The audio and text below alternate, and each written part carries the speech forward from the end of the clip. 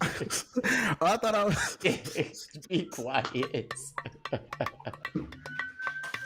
All right, the link should be going out now. The link should be live now.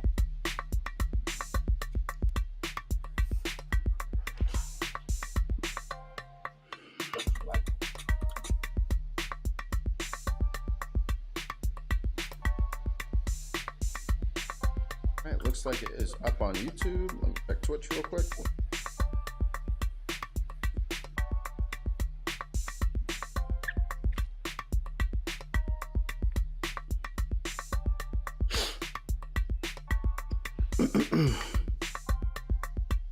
Yeah, it's going. Okay.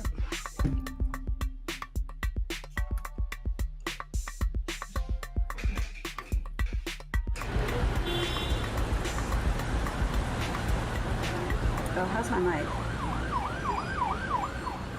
You good?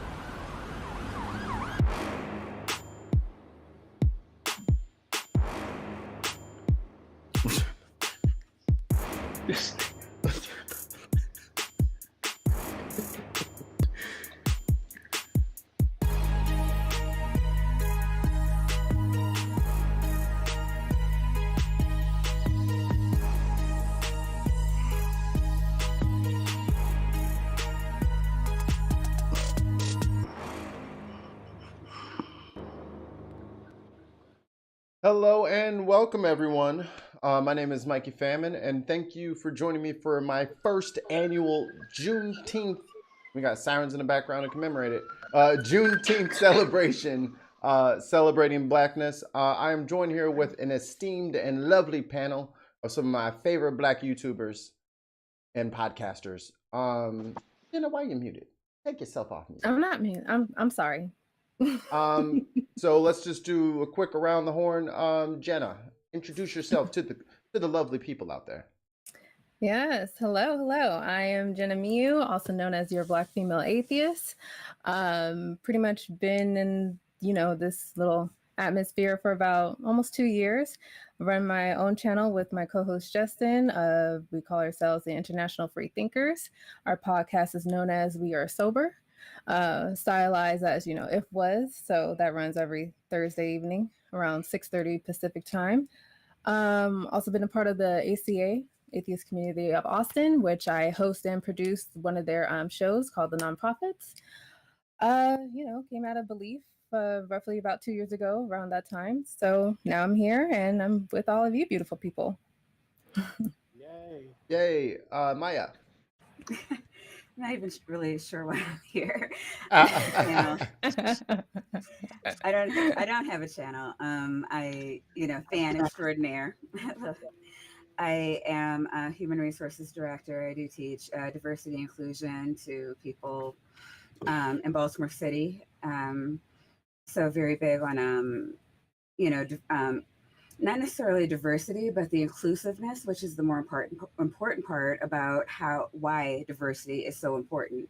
It doesn't really matter if you have, a white girl, a Black girl, an Asian, if they're all, all of them are Christian, all of them were raised, upper middle class, all of them, went to the same type of school, are doing roughly the same thing. You're still getting roughly the same person. The important thing about diversity is the diversity of thought more than diversity of, perception or looks. Yeah. And why, so that we're making all of our best efforts to be inclusive of all types of thoughts and people, socioeconomic statuses, so on and so forth. So I do believe I'm a good person to be here, but I don't have a channel. I don't have anything to show. We'll work on that. On that. Blatant Blatheist. I didn't want to follow that. So, as my man just said, I am the Blatant Blatheist.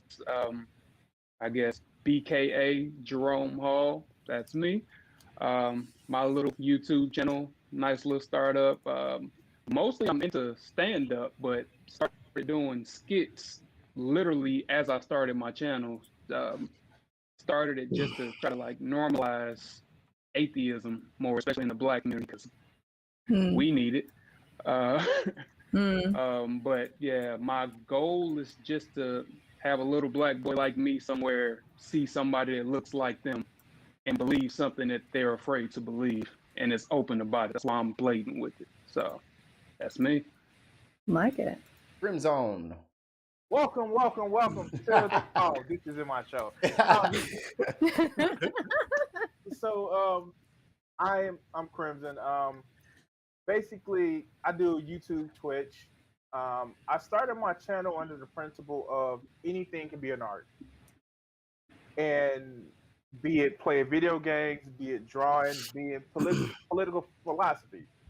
And I've been a non-believer for about, I want to say, 15 years since I moved out of my house. And like, I don't know if it was my move towards leftism or my move towards non-belief that kind of fed the other, but I believe that we should have not only a diversity of thought, but I also am one of those guys that believe that representation is important, because I looked at the landscape and I saw these just like middle class, upper middle class guys that, you know, I was told from a young age that playing video games, being online, will never get you any type of money till we start seeing just so many like of just a different class. Ninja. Shroud. And it was like, yo, we can have more Black people get online, get more representation, get more into internet, not have to believe shit because they don't have information. Like, we live in an information age, and yes, there's some negatives that come along with it, but man, we can do so much with the information that we have now. Right. Word. Mr. Delvin Cox. How everybody doing? I'm Delvin Cox, host of a podcast called The Delvin Cox Experience. Woo!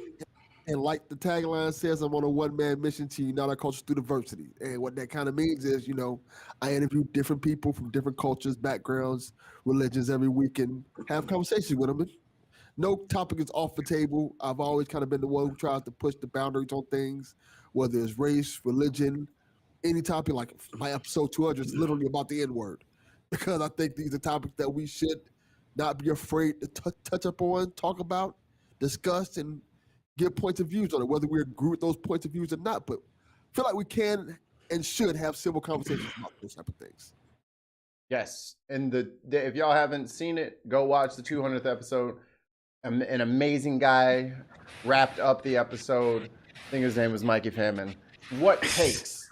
What great poise, and God, he's good looking. Bars. Is it my turn to go? It's your turn to go. Yes, sir, please. Yeah. Okay, so I have a YouTube channel. It's called Black Atheist Rants, and I think I'm on the more extreme side of atheism. It's very anti-religion. I mean, I get disrespectful at times, right? It's not for the, what they call it, the fate of heart. It ain't. I'm clutching my pearls. You know what I'm saying? Like, I just feel like I resonate with what everybody else is saying, and it's like, you know, I looked at atheism and I was like, man, I don't see, you know what I'm saying, this. So I'm like, and I talked about it every day, all day, on a daily. I said, man, I got to do something. So started YouTube. I started doing them in the car, and it just went from there. And I mean, I'm almost at 1,000. I'm almost at 1K. So, you know, it's just, it's that joint growing. And I'll always tell people, like, I can't make you leave your religion. All I can do is, you know what I'm saying, lead you to the water. You got to drink that. You know what I'm saying? It's all I can do. You can lead them to the water, but it's what it is. As long as it's not Kool-Aid, we good. Right. I was like, hold on now. Dang. There was this whole group of people drinking the same thing. It didn't turn out so hot. Didn't work out. So just a primer for the viewers about Juneteenth. Does anybody want to? I don't want to be talking the whole time. I want this to be a more open, flowing kind of John. So does anybody want to explain what Juneteenth is? Anybody? I can go from what I know. Okay, I'll go too. Honestly, that's it. Go from what we know. So I'm not gonna do the whole story because I'm known for telling stories, but basically, it was a civil war because some people were just fucking assholes, and like they wanted to fight for states' rights. Yes. But the states' rights to own slavery. Correct. Who would have thought about like keeping people as a motherfucking property? Property, Was a bad thing, right?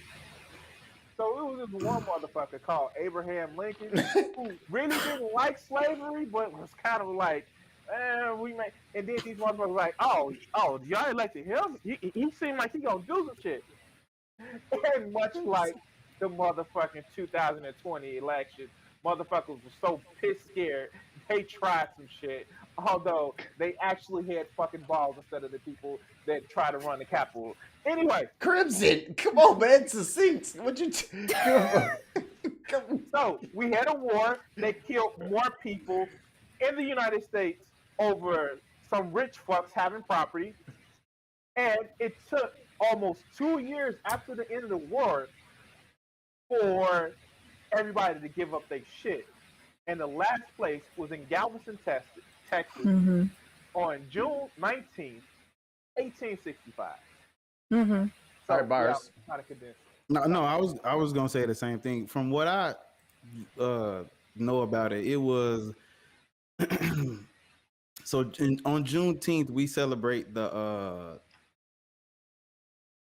commemoration of enslaved African Americans, and shit, he said everything. I'm trying to not say what he said. The only thing I would touch up is the Emancipation Proclamation became law January 1st in 1862. 1862. Three. January 1st. Three. I thought it said Three. 2. Okay. Three. It's January- 2 years. January. You know what? Google. Yeah, Google it up, Jenna. Thank you. From what I I said 1862 in my video. Oh, I'm September getting 22nd, 1862. and it became law. Wait. Glory. It became law effective January 1st, 1863. Okay, that's There you what go. I'm thinking. There we go. And So we all right. we were all right. Everybody was right. It was 62 and 3 and 5. There you go. Mind you, And five. Lincoln only did that shit to the states that were rebelling. Like I'm Correct. just saying, like West Virginia, like Gordon Granger. Man, he kind of left There them. you Had The they shit. dude, Okay. yeah, the So- dude who did it was Gordon, the Union Army General Gordon Granger. Yeah. I wrote that down. See, So 1862 or 3, we're agreeing here, was when the Emancipation Proclamation was brought into law, thus freeing all the slaves in the South. Some people were like, oh, okay, that's fine that you wrote that down, but I'm not doing none of that until you physically make me. And the last slaves were freed on June 19th, 1865, which is why today and forevermore we will celebrate Juneteenth as it's got several names. It was like Jubilation Day, Freedom Day, but Juneteenth had the best ring to it. Right. for the- Interesting fact about that the too. real Yeah. Independence Day, not that 4th of July shit. There you go. Everybody wasn't free on the 4th of July. We eating barbecue, going over our cousin's house, getting in the pool and shit.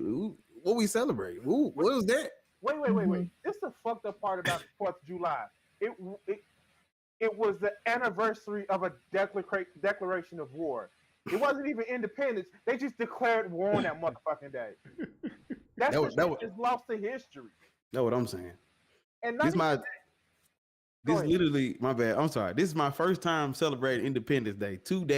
This day. I ain't never celebrated. All that other shit don't count. This one right here. That's fair. Yeah.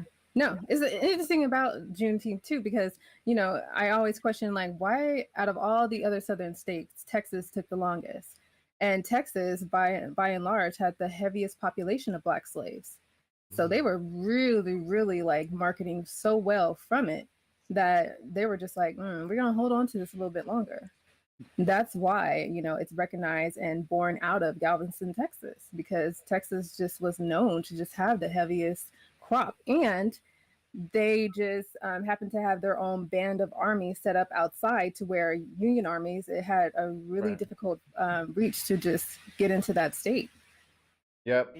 Texas, even then, Texas had all the guns. Even then. Also has all the guns. Even today. Up is that you get a lot of Black churches celebrating New Year's Eve celebration days. That's also tied in with the Emancipation Proclamation. So if you ever been to a Black church and they have I did not know that. A New Year's Eve celebration, it was because the emancipation was supposed to take place on the 1st of January. So you actually have that.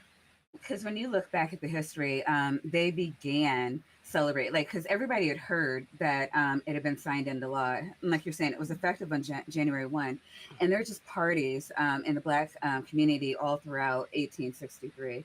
It's beautiful. So yeah, I didn't hear about the New Year's Eve ones, but that makes a lot of sense. Yeah, I know the church I went to classically did that. I did that probably 2 or 3 times, and I was like, this is the lamest New Year's party ever. This is so boring. But there's a historical reason why we're doing this. Okay. Okay. Let me go back and tell 13-year-old me, no, this means something else. No, I'm gonna hang out with y'all. I would be so pissed trying to go or having to go. That church service would be like 9:30 at night, New Year's Eve. Then you gotta, and it was only fun for like the first year I went because I could stay up late, Yeah. And then thinking like, I'm gonna have a little champagne. No, it's the sparkling cider. I'd rather go to sleep. Man, I ain't got no video games here. This music is trash. Y'all playing all oldies. Man, I'm out. Yeah, and y'all made me get dressed on a Thursday night. 3, 2, 1. The blood of Christ. Yeah. Christ. It's very interesting, the shit we celebrate as black believers, the interesting shit they celebrate, and the shit I used to celebrate when I used to believe. I'm like, it ain't it just but a slap in the face, like how it just became so entrenched, the Christian culture as Black skin. Yeah, it's definitely part of how we are raised. Now, before we went live, I was remiss to let everyone go on. I was like, oh no, look at that, time to start. But there has been a lot of talk of Juneteenth recently, and there's a lot of people unhappy about it. Does anyone want to talk about? I can't imagine who. Why would you? Can Crimson with all right? You only get 3 fucks this time, okay? I think choose them wisely. Now, what have people been? Yes, space them out. What have people been saying in opposition to Juneteenth? Okay, so we have 2 camps mostly. Of the 2 camps that we have people that's yay, they did it, yay, neoliberal like identity politics. Juneteenth next year. Wait until your new Burger King cup comes. Wait until your new McDonald's Juneteenth McRib sandwich day gonna happen. Starbucks, man. Starbucks got a cup cooking. No, Starbucks got. They got 3. I'm surprised they didn't push one out real quick. Man, they making a cup. Introducing our Kente Cup Tuesdays. Man. This man said Kente. I mean, like, we're gonna have like episode number 2 of congressional leaders kneeling in front of the halls of Congress in kente cloth, like you did something. Like, You can have a free black coffee on Juneteenth. God. And so we have camp number 2. It's like, this all we get? We just get a holiday? That's it? So we have those 2 camps. And me being the ever magnanimous thrower, like, wait, why are you mad about this shit? They admitted that they're wrong. It's a federal holiday? Pay me what I'm owed. Give me my time. Give me my time. Before I break my camera. Now, of the panel here, does anyone want to add anything or say anything in opposition or agree with? Like, we can open up the floor now. I do want to add something because I had a conversation on Twitter the other day about this. A conversation was had on a podcast with my friends about how I'm just asking straight up. It was asking the question of, should white people be celebrating Juneteenth in terms of having the day off, enjoying the festivities, when by all means they are the cause of us being slaves in the first place? So, if you ask me, are they bringing beer and ice? That's important. And leaving their potato salad at home. Yeah. Please, don't put that Karen. raisin shit in there. Karen. You better have some paprika in this bitch.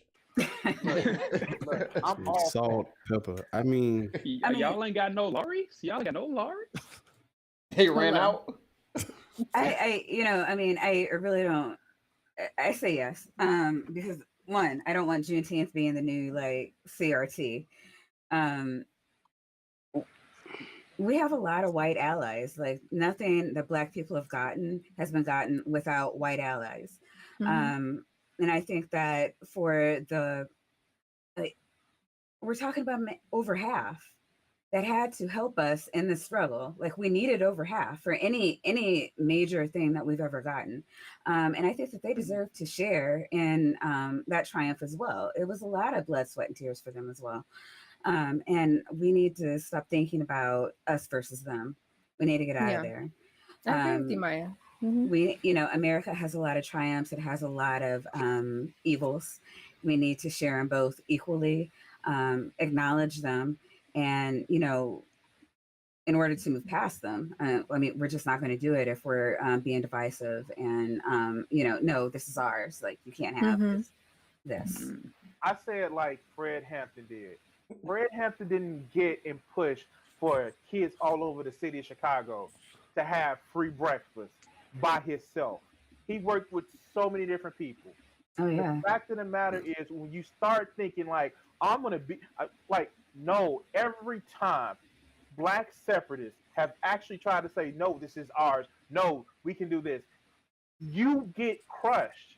If we 13 to 15% of the population, even if it was just Black on white stuff, we would get crushed. We ain't got the numbers. Only get by going on our allies. We always depend on our allies. I'm not saying forget the hate. I'm not saying forget, like, nobody's saying forget Tulsa. This is not to get rid of Tulsa. No, this is to say, like, yo, let's work together so this shit doesn't happen anymore. And every movement has allies. Exactly. Let's work together to make sure that your kids and my kids have a fraternity, a brotherhood, a kinship, that we won't let what our grandfathers and great-grandfathers, and in some cases our fathers and mothers actually did, ruin this shit. Because in the end, we need to stick together. I always say that racism is a tool for class oppression, and class oppression is a tool for racism.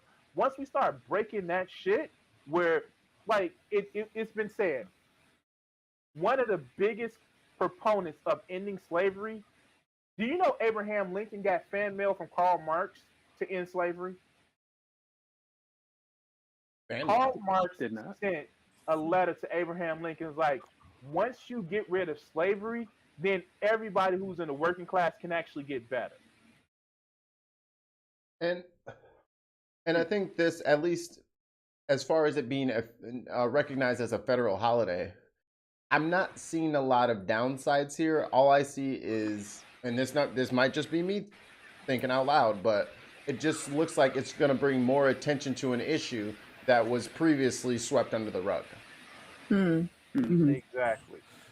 And I think I heard D.L. Hughley say it the best. Like D.L. Hughley's, like his little commentary on it this morning was the best I've seen. He said something along the lines of pretty much, have you ever ordered something from Wish and you got it and it's not the thing you ordered, but it's still something that you want? So you keep it like, okay, it's cool, but it's not what I ordered. I ordered justice, but I got a holiday. So it's not a bad thing, but it's not what we ordered. That's all. Yeah. And It's a start. That's a good take. And I don't know that, again, being 13%, we not gonna get no sweeping change overnight by the stroke of a pen by Biden, Obama, Kamala. It's not happening. So if anyone thought that was going to happen, let me be the guy to break the bad news to you. That's not how any of this works. Exactly. You're not getting rid of 400 years of indoctrination and social systems and power structures being set up against you to just in 50 years, you're like, oh, it's fixed now. Wait, you It's telling fixed in me a that fixed because years. a black president got elected, racism ended? It ended, right?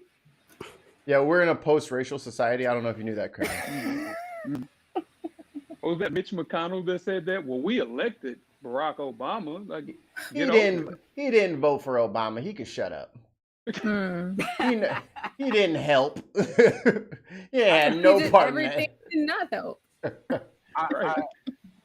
You guys got to forgive me because I reference a lot of people. But like the great Cornel West says, we don't want this same empire with the same brown faces.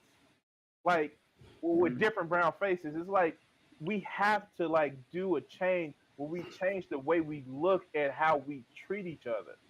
Yeah. We have to look at not just like, oh yeah, great, this is a holiday, woohoo. Like, no, that's neoliberal shit. What are we gonna do substantially to help people? Look, now that we got Juneteenth, let's really push for Native Americans Day instead of celebrating a genocidal motherfucking maniac who, on his third voyage to the New World, had to be let off in chains. Native American Day is Monday. Wait, what is? I thought we were gonna like co-op Christopher Columbus Day. Christopher Columbus Day. They already have. There is a Native Peoples Day already. Yeah. It's Monday. I didn't mean to throw a wrench in your works, but it's already a thing. I didn't know that. We need to bring awareness to it because I did not know that. I didn't. But you know what? I've never heard of that. I didn't know it was Monday. It was one of them joints that's like on the calendar. But there's the point there, right? There's the point. It's a lot of shit in our history that happened to Black people, Native Americans, Spanish, Japanese, Chinese, all of them that we don't know about. That I can say, and I'm sure most of us can say, in our later adult life, only just found out. I literally just the other week when, the whole lead up to the 100th year of Tulsa came into fruition. I was sitting at my mother's house with my sister, and this special came on about a documentary of it. And, the lead up was during the Trail of Tears, Native Americans did have slaves. Us did have Black slaves. And my sister sat back. She's 3 years older than me. I'm in my 30s. She sat back and was like, Native Americans had slaves? They owned us? Shocked. And that's scary. That's why there are so many Black people say, yeah, I got Cherokee in my family because they own more slaves than pretty much anybody in America or any Native American tribe in America. Right. Because for them, they were trying to be less oppressed to reflect, okay, the white man's doing this. So let's, try to not, feel oppressed ourselves and do what they do, basically. Yeah. And that just kept keeping us down. And you know what's actually been very frightening? The comparison to the anti-Asian and Pacific Island law that was passed. Yeah. And some of these people, I get why it seems like they just got like all of a sudden they complain about a month and they get a law. The attacks haven't stopped, Right. and Mm. whereas black folks built the eastern part of the U.S., people forget like Asian Americans had some of the same, if not worse, conditions that we had in the west part. Like we, yes, we had the 3/5 compromise, but they literally made the anti, what was it, the The Chinese, the Exclusion Act. Chinese Exclusion Act, where like in parts like progressive cities when the where the like what was it the plague or was it just the Spanish flu where they literally ran Asians out of the of like cities like San Francisco and stuff like that because and it's just like we got to stop this hate. We have to push for just more inclusive policies. And if somebody who is not black wants to celebrate Juneteenth with us, cool. You can celebrate, but what are you also pushing to make sure that we never have to have a day like that again? Um, I think that's fair. Mhm. I think that's fair. But to be quite honest with you, my expectations on other cultures not great. I don't hold them to account Mhm. for a lot of things because it black people have been getting shot by the police for decades. And we've been the only ones saying it for decades. So I mean, they can do what they do, but I think it is incumbent upon us to make sure that we're taking better care of ourselves. For sure. You're right. That's my big fear with this. Every time we get one of these like little inches, that's when the people that were angry and engaged all of a sudden, okay, we good, we got that. Right. Like after George Floyd, that whole year, everybody was up in arms, and then Trump lost, and everybody's just back to the regular scheduled program. Right. Like that's my fear when we get these little victories. And see, that's my thing too. It's like I get it. Like people like, and I guess it goes to where people feel like it's in your face, it's right there, and so you have to deal with it because you have to deal with it because you have to get back to living your life.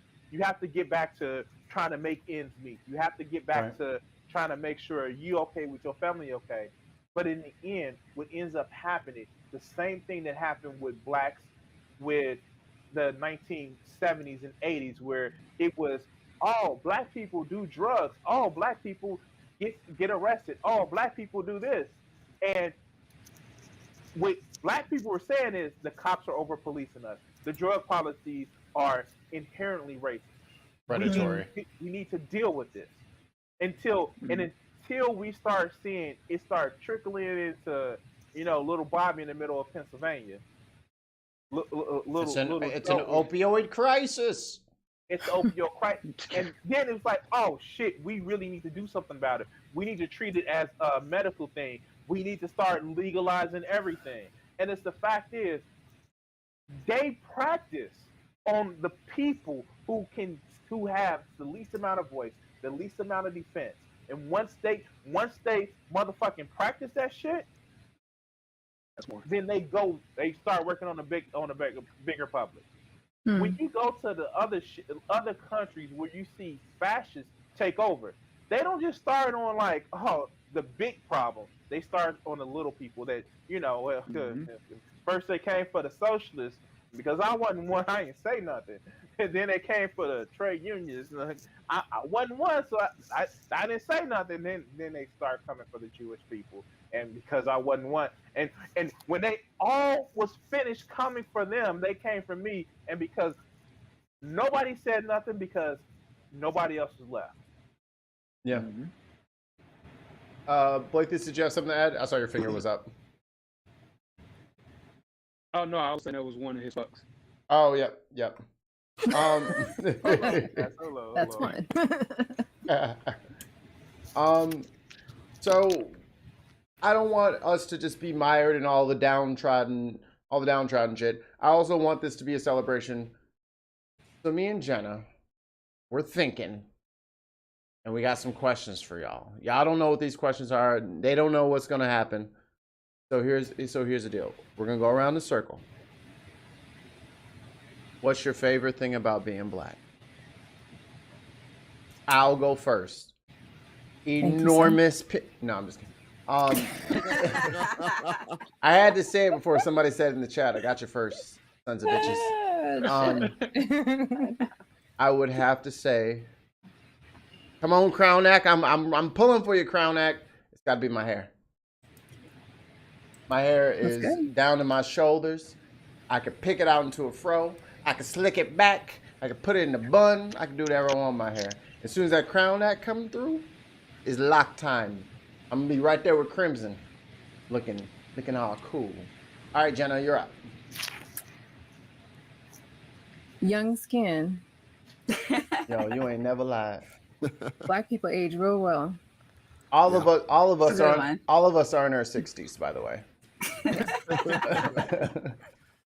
64. Maya. That's a hard one. I want to say the culture, but it's like so broad. But like, we're just cool motherfuckers, you know?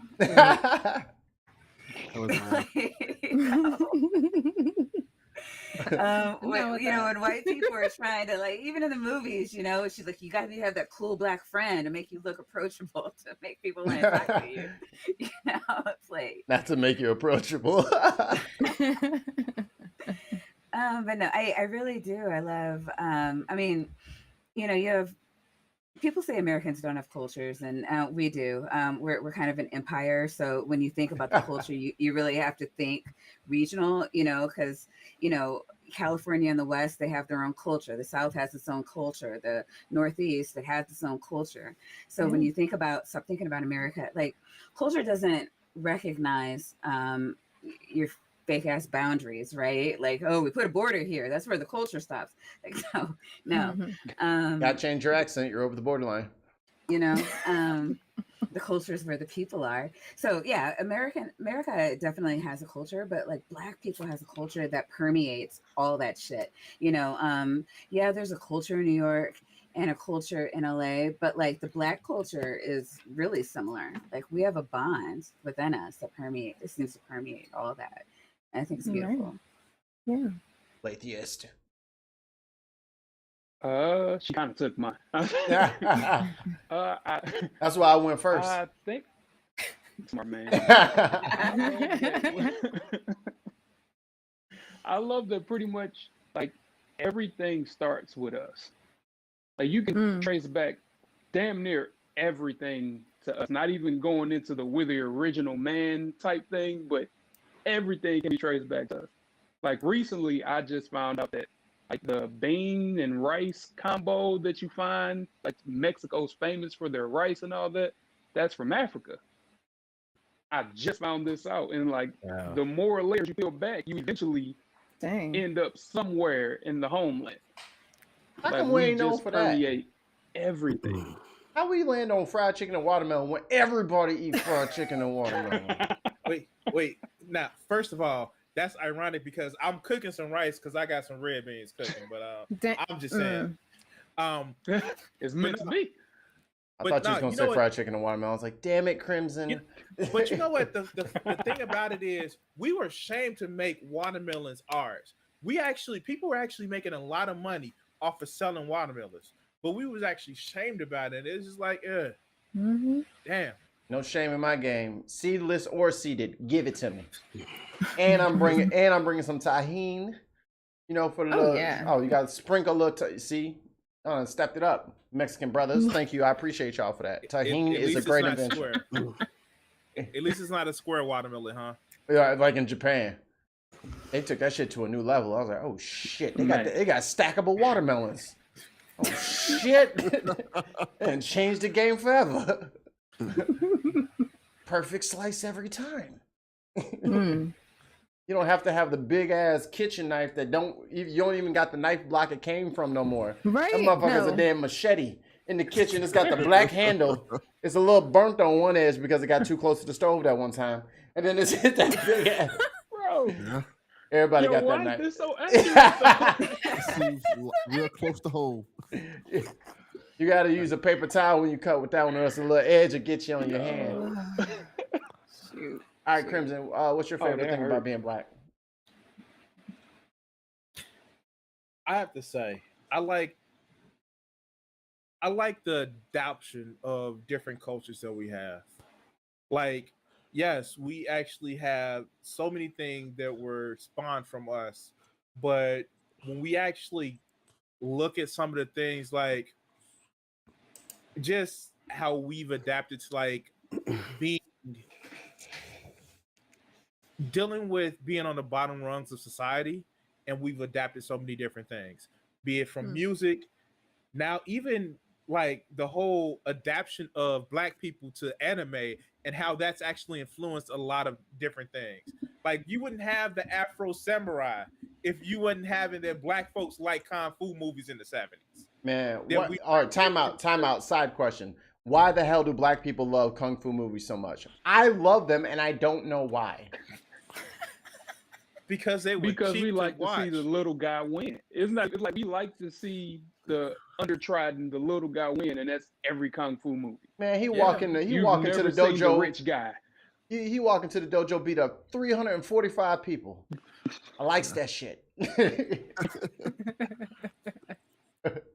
But yeah, I love the adaptation of our culture because we had to adapt, be it any other like when you on top, when you ain't feeling the struggle, you don't have to adapt to shit adapts around you.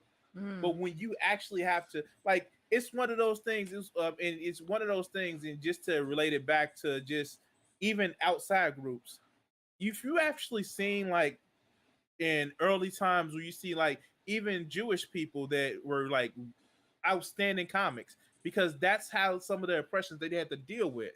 And with black folks, we took the scraps of so much shit of they told you you can't do this. You had to only do, and we say, okay, we take the scraps, but watch this shit.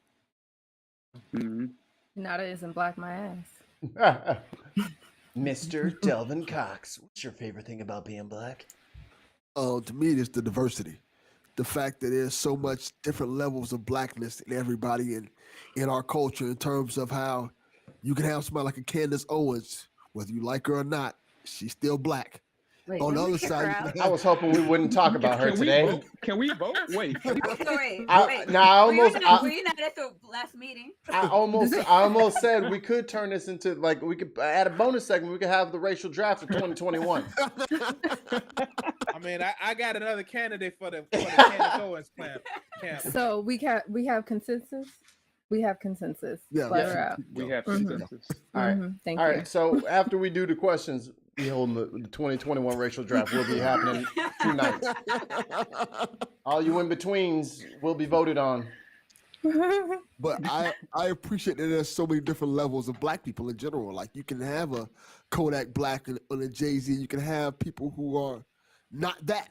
You can have a me. You can have, there's just so many different levels of black when they all fit into this. They don't fit in this one box. We're just so diverse as a people, and it's just awesome that we are. And we all are cool. That's another aspect of it. Every level of black people are cool. Like even it's the old cat that he walking down the street who got that swagger with his walk. Boy, let me tell you, old black dude, the coolest dude you ever seen in your life. We ain't. He don't even sweat unless he got a handkerchief. It's both cool and a little embarrassing at the same time, especially if it's family. And then when he just do the blot, he do this joint. He don't wipe it off. Dang. Gotta let it absorb. It was warm. No, I was just thinking of that. What both Crimson and Mr. Cox just said. Like whatever we have adapted to, however diverse we become, everything we adapt to, we make it cooler. Yeah. And then they're like, "Oh, I want to do that." Then Vanilla Kim Ice. Kardashian got braids. Oh, I'm gonna do that. Like, girl, if you don't get out here with them trash box braids that everybody, you look like a 7th grader. Dang. Just Ain't got no out. embrace like that. Get out. Just got out the pool. You know you ain't washed the chlorine out of them. All right, Bars, what's your favorite thing about being black? So my favorite thing about being black, I would have to say, is the strength.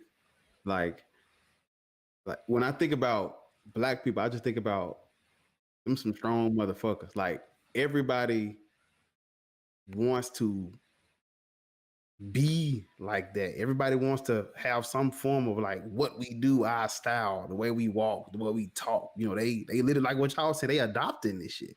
And it's like you sit back and you're like, damn, like these people have been through unimaginable shit.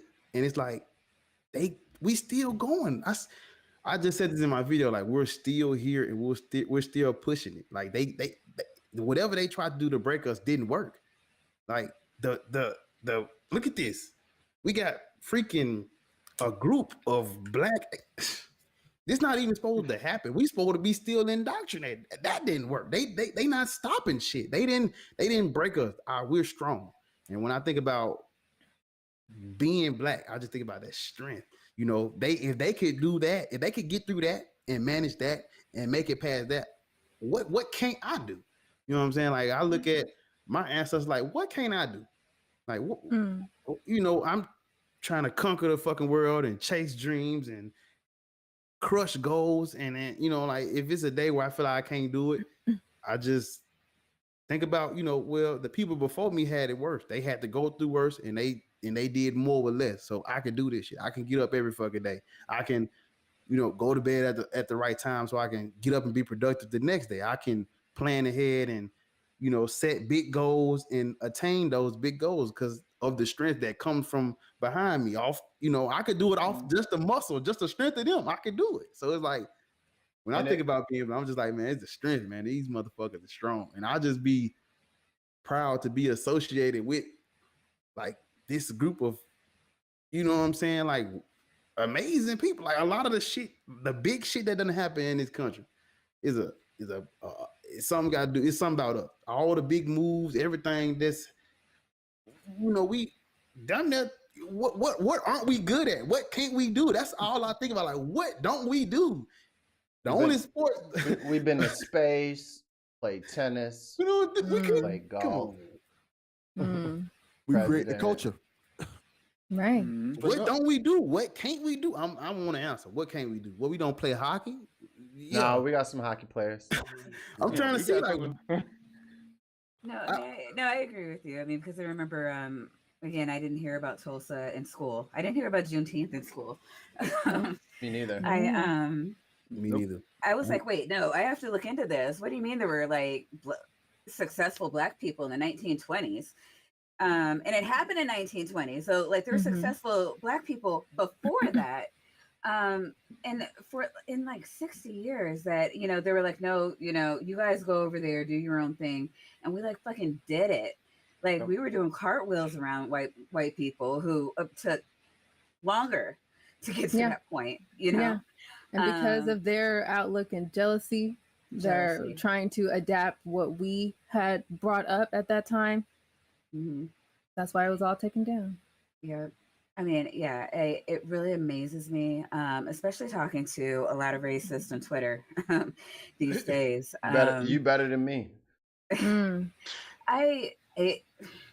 You know, I'm a psych major, so like I really like when there's something that is like contrary to like reasoning to me. I need to understand it. Like why would you think that Black people are just inherently bad? Like people are people. Like why would Black people be like bad people? Like, I really want to understand that. And I understand they're taught to think it, but I don't know. Like in my head, it's like it's got to make more sense than none. But like this whole week, past couple of days at least, there's been a lot of white people trying to figure out like why Black people want to take Independence Day away from them. And I'm like, why would you think that? So like, I'm not a psych major, but I just see people, and maybe this is my intuition, but a lot of people don't want to feel like they're normal. They want to feel like they are at least better than somebody else. Now, maybe this is the whole like, maybe we should get rid of hierarchies type person I am, but I feel every human being is unique. Every human being is unique. Mhm. But a lot of people can't let go of the whole idea of I'm more special than you. Yeah. And like I was actually having a conversation with somebody, and this actually ties into the non-beliefs. I literally had a conversation with someone and we were going back and forth. I was like, don't you think it's a little bit self-centered?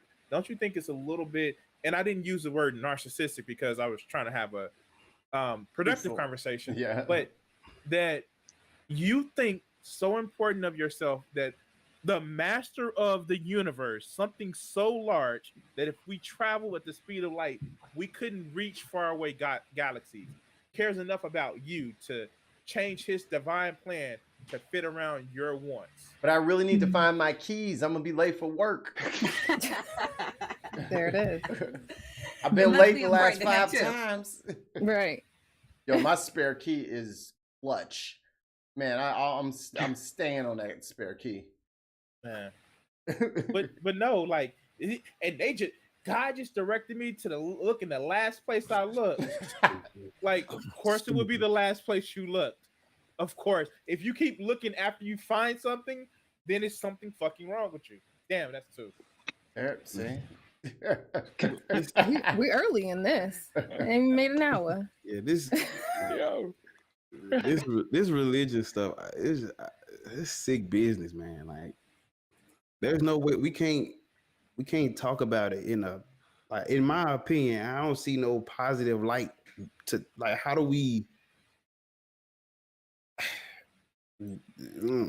I just can't see this. I can't look at religion like it's some good to it, or it can be a good, like, it all, because it at the end of the day, like what you saying, Crimson, you have to be self-centered, closed-minded, not look at me.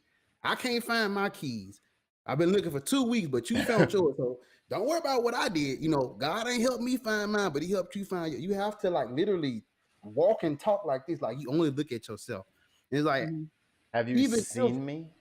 like, even if a church gave some backpacks out, okay, they not even doing it because they literally doing it to get something in return. They want a reward. They want a final destination where they get to sit at the throne and kiss feet and shit. That's what they want. They're not doing it because the kids need backpacks. They doing it because God told them to. So even the good parts, I can't rock with it. I just can't. I don't even. Let's get Meyer down on that. Yeah. My bad. He said about the keys, and I'm like, man, the keys, man, the keys. Well, I mean, I opened the lock. if you insist on talking about religion, I think the bigger point is how they're using the religion to hide their bigotry or to justify their bigotry, which has been going on for centuries. Yes. And it's a hard battle. Like, probably our biggest battle is because, like, the people who are saying all the shit about the not wanting the holiday, lying about CRT, whitewashing their textbooks, making it illegal to teach. What is CRT? There's a couple of international people that may not know what that means. Okay, well, there's what it is. There's what they think. Critical race theory it's economic and political. It's taught in colleges in America, at least, about social injustices in policy and law. Just acknowledging that there are systemic factors that are keeping people of color, I don't want to say in their place, but like in a place that they think is ours. Disadvantaged. Yeah.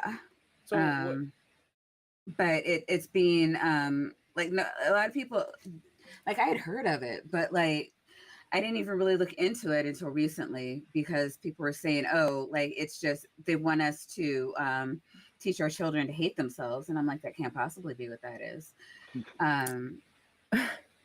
So But they're trying to approach it in the sense that it's being taught to young kids. This is nothing that's taught No, to anyone, it can't not be. even at a high school level. It's Mm-mm. mainly taught in if you're going through a program for law or Yeah. criminal justice, something like that. College Graduate level. So- Graduate level even, yeah.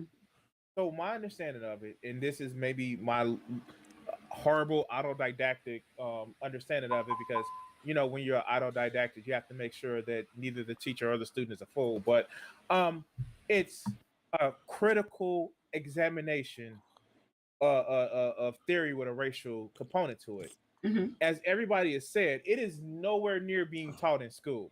Mm-mm. Nowhere near, because it's actually like a upper sociological course.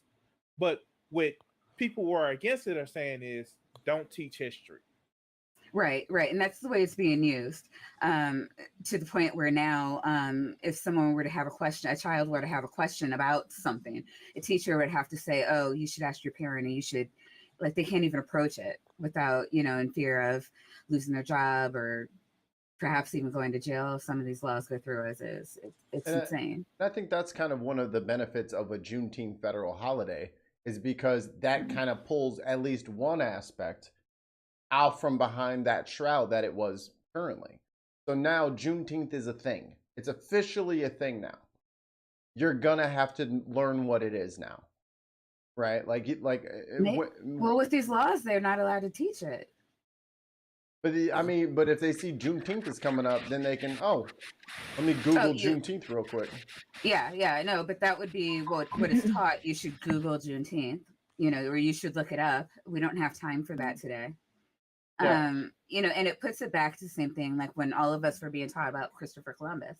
It's like, oh no, he's a hero. He's a national hero. That's why we have a day. Moving on. I don't know how he got a day. Because they've been lying to us our whole lives, essentially, about things. I know how he got a day. James Brown didn't even get a day. So what happened was, because so many Italian Americans were being so oppressed, what happened was it was a movement in like the late 1800s, early 1900s to try to memorialize him as a hero, which obviously he wasn't. So they pushed for him to have a day, and he got a date. All right. That sounds familiar. Eerily familiar. So fucked up. They seen Matt. Give him a holiday. The next thing on the chopping block was what does Black dysphoria mean to you, and is this something you personally have experienced? I might have to look that up. What is Black dysphoria? I literally was reaching for my. That was, I will admit, that was like more of a my question type deal where I had somehow identified. I guess I'll just go first. There you go. I'm there started. You go. Get in there, Jenna. Get your hands dirty. Basically, if I termed it Black dysphoria. It's not actually a thing, but there is a thing called cultural dysphoria, where there is a bit of a dissonance one experiences where the stereotypical culture of what it means to be Black, you don't yourself identify as such. So, I mean, majority of us here are atheists, right? So the dysphoria in that of itself is via the Black culture, since it's so entrenched with Christianity or that belief in a God, you experience that out-of-bodiness of not relating to what you should universally be as part of that culture, but you are separate from that. So for me, I think I experience, or still am kind of experiencing, this bit of takeaway from what I felt was Black culture, because typical stereotype is not only chicken and watermelon, but I listen to rap and hip hop, or I dress this way, or I'm really loud, I have slang, things like that. But my nickname from like kindergarten up until like college I was called an Oreo, because I did not reflect what a loud, chicken eating, rap music listening Black person represented. I was complete opposite of that, or what they felt would be the you eat chicken. I know you eat chicken. I do. You are not the complete but I'm opposite. How dare you lie on my platform? How dare you? I know you don't have like a grilled chicken Caesar salad at least once in your life. May not have been fried, but it was chicken. It was chicken. I retract my statement. But that's what I meant by that. So that's what it meant from that question. I'll go first, so then nobody can steal my answer. I've been a guitarist since I was 13. I started playing guitar at 13, and I love rock. I love metal. I love punk. Don't tell your black friends that, because you're one of them goofy white boys. Mhm. You are a goofy white boy instantly. And I kind of dislike that about our culture. Is sometimes we don't, like, we're always so glad when someone is the first at something. So as soon as somebody starts doing something that's not down the beaten path, instead of saying, "Oh, he gonna be the first," it's like, man, if you don't put that goofy ass, screaming ass music down, and then you know what I'm saying, we kind of shut each other down. So that's if I'm answering the question correctly. My love of metal music, and I was in a metal band, do screaming vocals, play guitar, headbang, grew my hair out, the whole thing. But there was not a lot of support. There was one other black dude. He's deceased now, but he was right in the middle of the stage, in the front, clapping, headbanging, fist pump, the whole thing, and he made sure that I saw him the whole show. So salute to the homie.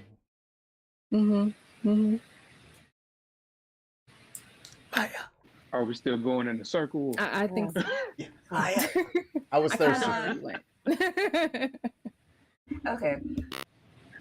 I had kind of a weird, like, I've always just accepted my blackness. Other black people, I think I may have given them dysphoria because I've always sounded like this.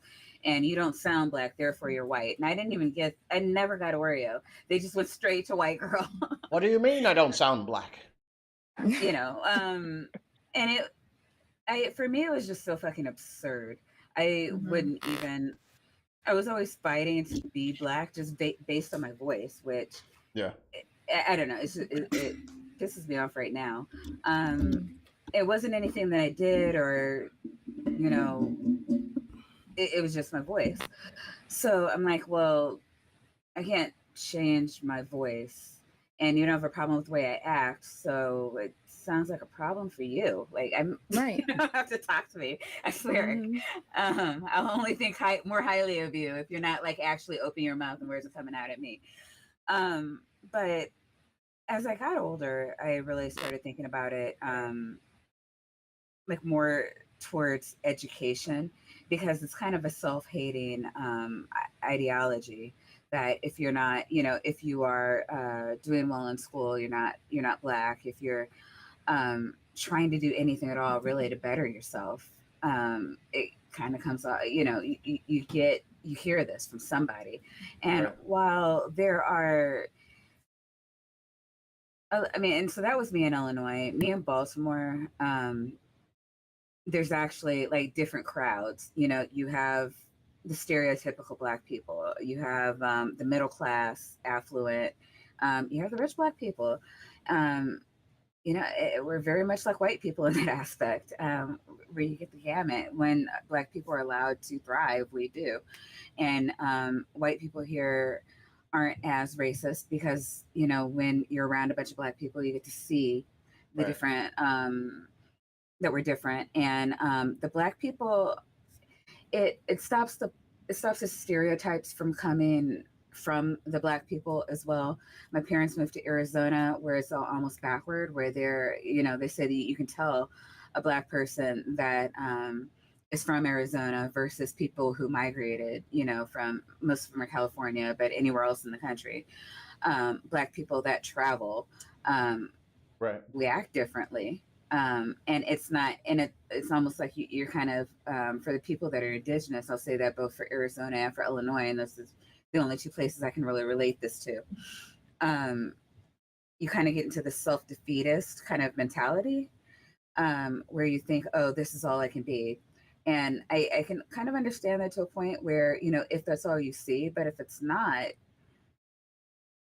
I don't know. I never had the dysphoria. I had kind of, what I've kept is my kind of contempt for mankind for putting me and themselves in the position to have to explain this. Explain yourself.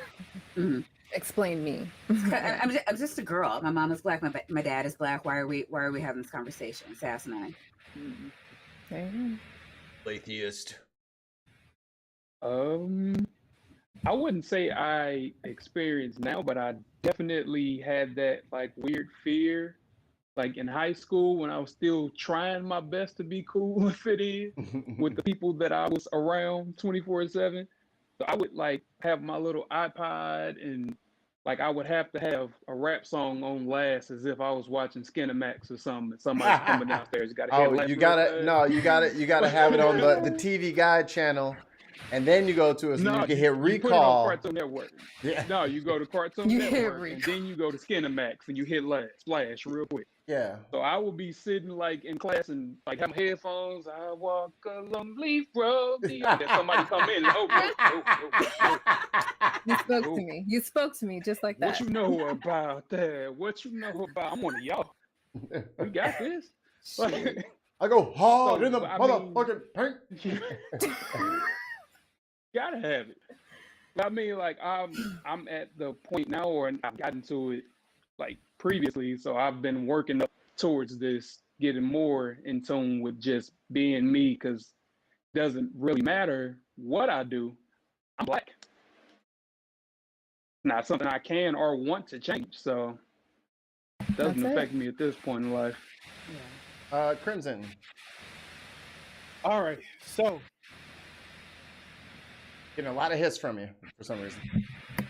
is that better? There we go. Whoa, there he is. Hey. All right. Great. So I have to say that for me, and this is the weirdest fucking thing. This is the weirdest. Now you Dang. You didn't even usefully use that. Like wasted it. just Wasted it. So I actually grew up in Auburn Gresham in Chicago. And so my parents were actually a little bit more well off than my neighborhood. Not much, but we actually had the internet in my house as an early adapter in the 90s. Elitist. That Again, 1%. I grew up in Auburn Gresham. And so I was able to actually interact and communicate with people across the globe, and like it. I face this dysphoria right now because I literally have a job as a call center representative, and I do not talk like this when I'm on a phone call. Pardon the intrusion. Good morning. This is Crimson. Thank you for calling Company X. How are you doing today? Oh, you got to put on your white voice, man. You're gonna get more calls that way. Oh, shit. But yeah, I love that movie. man. I was telling somebody today, like, it's certain movies that like tell too much truth. That movie. Another movie was Falling Down with Michael Douglas in the 90s. Oh my God. Ooh, But I love that movie.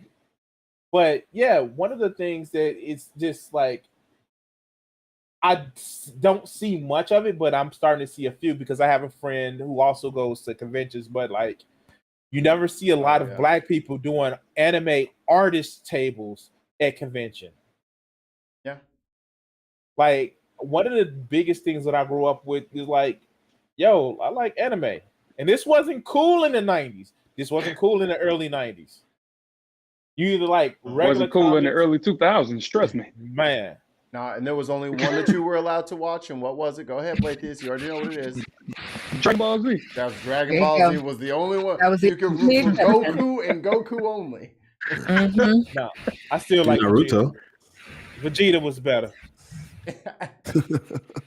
But you know, here in Chicago, they had like Japanimation and like on like Saturday nights at about 11:30 on channel 62 that Oh you my know God, you get to watch. 62. WCTJ or some crazy shit. I was like, yeah. Oh my And God. sometimes they had the anime titties on there too. So That's when I saw Akira for the first time. Man, I saw Doom Metropolis, but you couldn't actually do that or say that you enjoyed that as somebody growing up in the hood like that. Even like video game systems, I actually had some of the newer video game systems closer to when they came out. So, yeah, you and the leaders. My father was a plumber for Chicago. Oh, That's how. Yeah, it wasn't much better than everybody else, but it was a plumber for the city of Chicago. Oh, you got a city job? Oh yeah, he good. Yeah, he good. That's a good job. I'm sorry, Crimson. I'm stepping all Get you over. that man with that good job.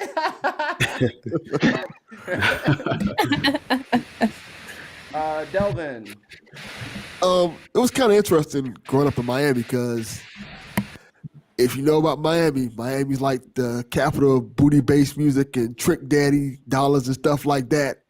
And I kind of looked at like the intelligent hoodlum in terms of like, I used to listen to stuff like Nas, Rakim, around the time when people didn't listen to that. This is before Rick Ross, so people wasn't on that type of stuff. So they was like, "Oh, you listen to that smart hip hop and why you that nerd stuff?" Yeah, they were like, "Nas, what are you talking about? It's Nas and Jay-Z." And so it was kind of like weird growing up in that type of atmosphere where I never really like that. Nobody ever really questioned my. The funny thing about it is, black people never question my blackness. The people who always question my blackness were white and Hispanic people. Which is wild. They were always the ones like, well, you don't talk like you're from the hood.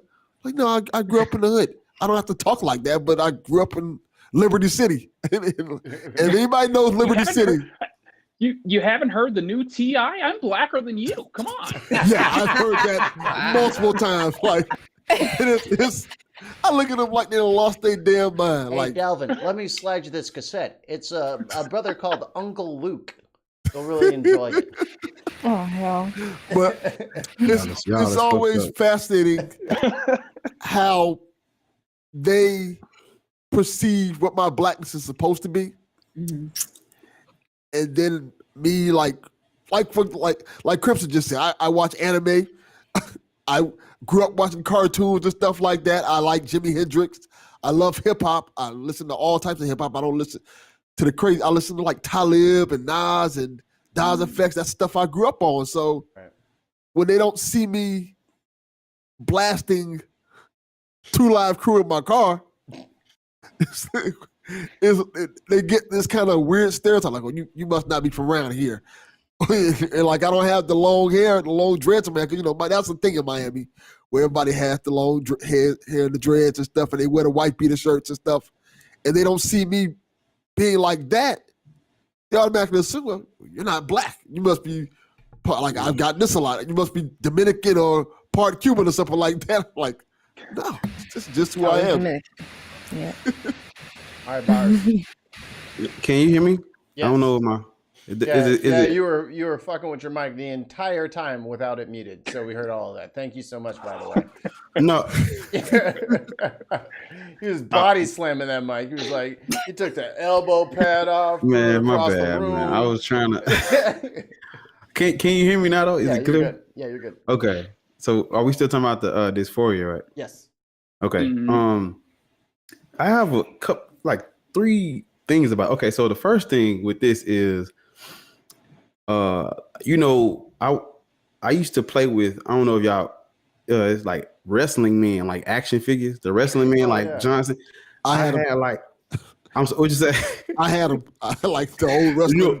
So I used to collect them. I used to have like 40. I'm talking about like the backpack was so heavy because I had everybody, and I had the breakaway ring that like when you slam too hard in the middle, it breaks away. Oh my God, I remember that. Yeah. And I had the titles, the titles, the mics. I had the tables, and I would take all of this, go outside on my porch in the middle of like South Memphis. I'm talking about just gunshots and gangbangers right next door to me. And everybody was like, bro, like, what are you doing? And I'm it's time for the Royal Rumble. No, listen. I would download the entrance music on my phone.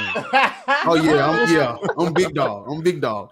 I would download the entrance music on my phone, and like I was so good at it. It's like it looked like real life when I was doing it. Like you could record my hands, like it's like real life. And like, man, everybody, because ain't no upstairs, downstairs. It's flat. Every apartment that goes around is like you come outside, you see everybody porch.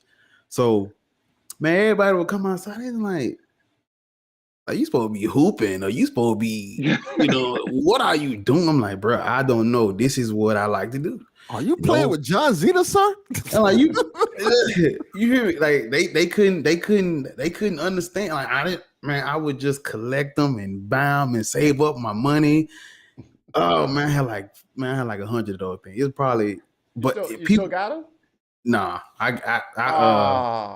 no, hear me out. I did a good thing. So once I stopped playing with them, my little buddies that were younger than me that I played with them, I raised a couple of, wrestling heads, and my younger cousins, I gave them to them and let them keep them, and they still got them. But well, that's cool. All right, that's cool then. And then like, man, you just told my life story. That's crazy, man. I thought you were like, garage sale, $2 for the whole bag. Oh my god, man! like I couldn't, and then man, it was just they just couldn't see. They like, and the trip part was like in the hood, like I'm gonna tell y'all the truth. I don't know. Couldn't nobody beat me up. Like I'm dead serious. Like they literally, I couldn't be beat. When I first moved over there, they tried their luck. It didn't work. Couldn't nobody beat me up. And yet they couldn't understand like how you this tough dude that can move mountains, but you playing with, what I'm saying? And that's what I like to do. But you better not try me though. They just couldn't get over the wrestling man thing. And then I did when I got in high school, man, oh my God. When I got in high school, y'all, like I had a little more freedom with my wardrobe. And I'm like, if you ever seen Power, I'm like Ghost. I do not like wearing regular clothes. I like to wear me a button down. I'm like Batman running around that joint. And like every day of school, I got the shirts. Oh, I can't feel it no more, but every day of school, I had my button down Hollister shirts with the shirt tucked in, with the belt on, with the. He knew he was killing. Oh my it. god! They didn't know what to do. Killing it. Like, what they gonna do? What they gonna do? It's like, I want to beat you up so bad. like, who is How this do I dude? approach this Who guy? is this dude? I did too much of that in grammar school because I went to a Christian academy. I was like, nah, I'm never wearing a button up ever again. But I don't know what is it. It just I liked it to dress up. It made me feel like I was like a president or something. You know what I'm saying? I get in the class, everybody they got their J's on, they got their cargo shorts, and look at me. When I walk, it's like I'm tapped. That you hear the little tap on the back of my. He said, "I'm coming in the algebra." I was so smooth, Wow. man. Wow. Man, I'm so smooth. It get worse than that though. It get worse than that. My one of my judo coaches, he gave me one of those little. It's not a briefcase. It's softer than a briefcase, but it's like a leather case. Oh yeah, he gave me the one that you hold. No, oh yeah, and you rock that joint throughout high school. I need pictures. I'm sorry. I need pictures. My boy, I was smooth, man. My man coming in like a young Dennis I was Hayes, smooth. like, yeah. They thought I was weird, but when they came up to talk to me, like, man, he sound like us, and he cool like us, but he don't. You know what I'm saying? He don't. I didn't get down with like everybody will get their new pair of Air Force Ones and the new J that come. Man, take me up here to H&M in Hollister. Let me give me up. I want an Air Force One bad. But we just didn't have it. I wanted them so bad. Oh, I hated those shoes. I wanted some white on white ones so bad. Did you hate Air Forces? I put my money and my motherfucking like begging towards. Come on, give me that PlayStation. Mom, Dad, run me that PlayStation. Run me them video games. See, here's the Yeah. thing with me. Like I Man. was a conformist to the utmost degree because I want to look like y'all. I want to sound like y'all, so we can be copacetic. But when I go home, I'm Me too. about to put on Green Day. I'm about to play my WWF game at the time. Oh, on N64? That was the Close one? the blinds. Like you would think I was doing something illegal. I'm closing the blinds, shutting off the windows, checking to see if anybody there. Okay, now I can be me, Spider-Man time. Yeah, man. I don't know how desperate I was to try and get my mother to purchase a My Chemical Romance album. Oh, yeah. And obviously she didn't, because she looked at that thing and was like, 3 no. cheers for Sweet Revenge. And, you know, Nice. tapes still exist. So I had good friends that let me borrow the CD, and I recorded with my little stereo and hit record with the video with the tape recorder. She was over there breaking copyright. She was breaking copyright laws just so she can sing about Helena. It's like, but I'm not okay, Mom. I need the CD. Yo, CD. you might as well just bust out the VCR. Oh, good one. This has been a lovely little jaunt down memory lane. And I'm going straight to Amazon to buy a My Chemical Romance poster and a pair of Air Force Ones. So for a crunching gear change, what are your thoughts on Africa now compared to your thoughts as a child? And we don't have to keep going around the circle. Whoever wants to answer can answer, and then we'll just kind of back and forth. I'll go. So my biggest thing about Africa now is like, when I was a kid, I just thought it was some far away land. It just like, oh, you hear bad stories about what's going on with it. Especially now because I kind of paid attention to the news because I was a fucking nerd. When I was a kid, but like nowadays, like the exploitation hasn't stopped, and I take a look at a little bit more of a political lens in it. I don't like the Belt and Road Initiative that's going on with China right now, because it's just another exploitative thing. Although China isn't doing it as bad as the U.S. wants to do the exploits in like now, but like they're at least trying to signal that it's more or less all sticks and mostly carrots. But the U.S. want to come in with all sticks, and I'm not okay with that. I wish that I'm not even gonna ask for reparations. The shit that happened with Africa, just leave them alone and stop trying to fucking just like oppress people to get things like, you know, lithium mines or things of that nature. And since we're talking about big companies and people exploiting Africans, Elon Musk should burn in hell, but that's just me. I don't know if it's just you, but I feel like it's definitely not just you. Nah. So growing up, it still is my favorite. My favorite Disney movie was The Lion King, and so I don't know, but it's just my idea of Africa. Listen to me. My idea of Africa growing up, I always thought it was like just paradise. Yes, paradise everywhere. The birds flying, and the circle of life, and the pride land. Yeah, talking hippopotamus in the jungle. But Timon and Pumbaa's running around all over the place. Yeah. I really grew up thinking it was paradise. Like always up to something. And then, you know, as I got older, and it's Wakanda now. Yeah. As I got older, we just have to do this for the screenshot. I think we all got to just do it for the screenshot. Just for the screenshot. There it is. All right, tell somebody to clip that. Thank you, sir. There you go.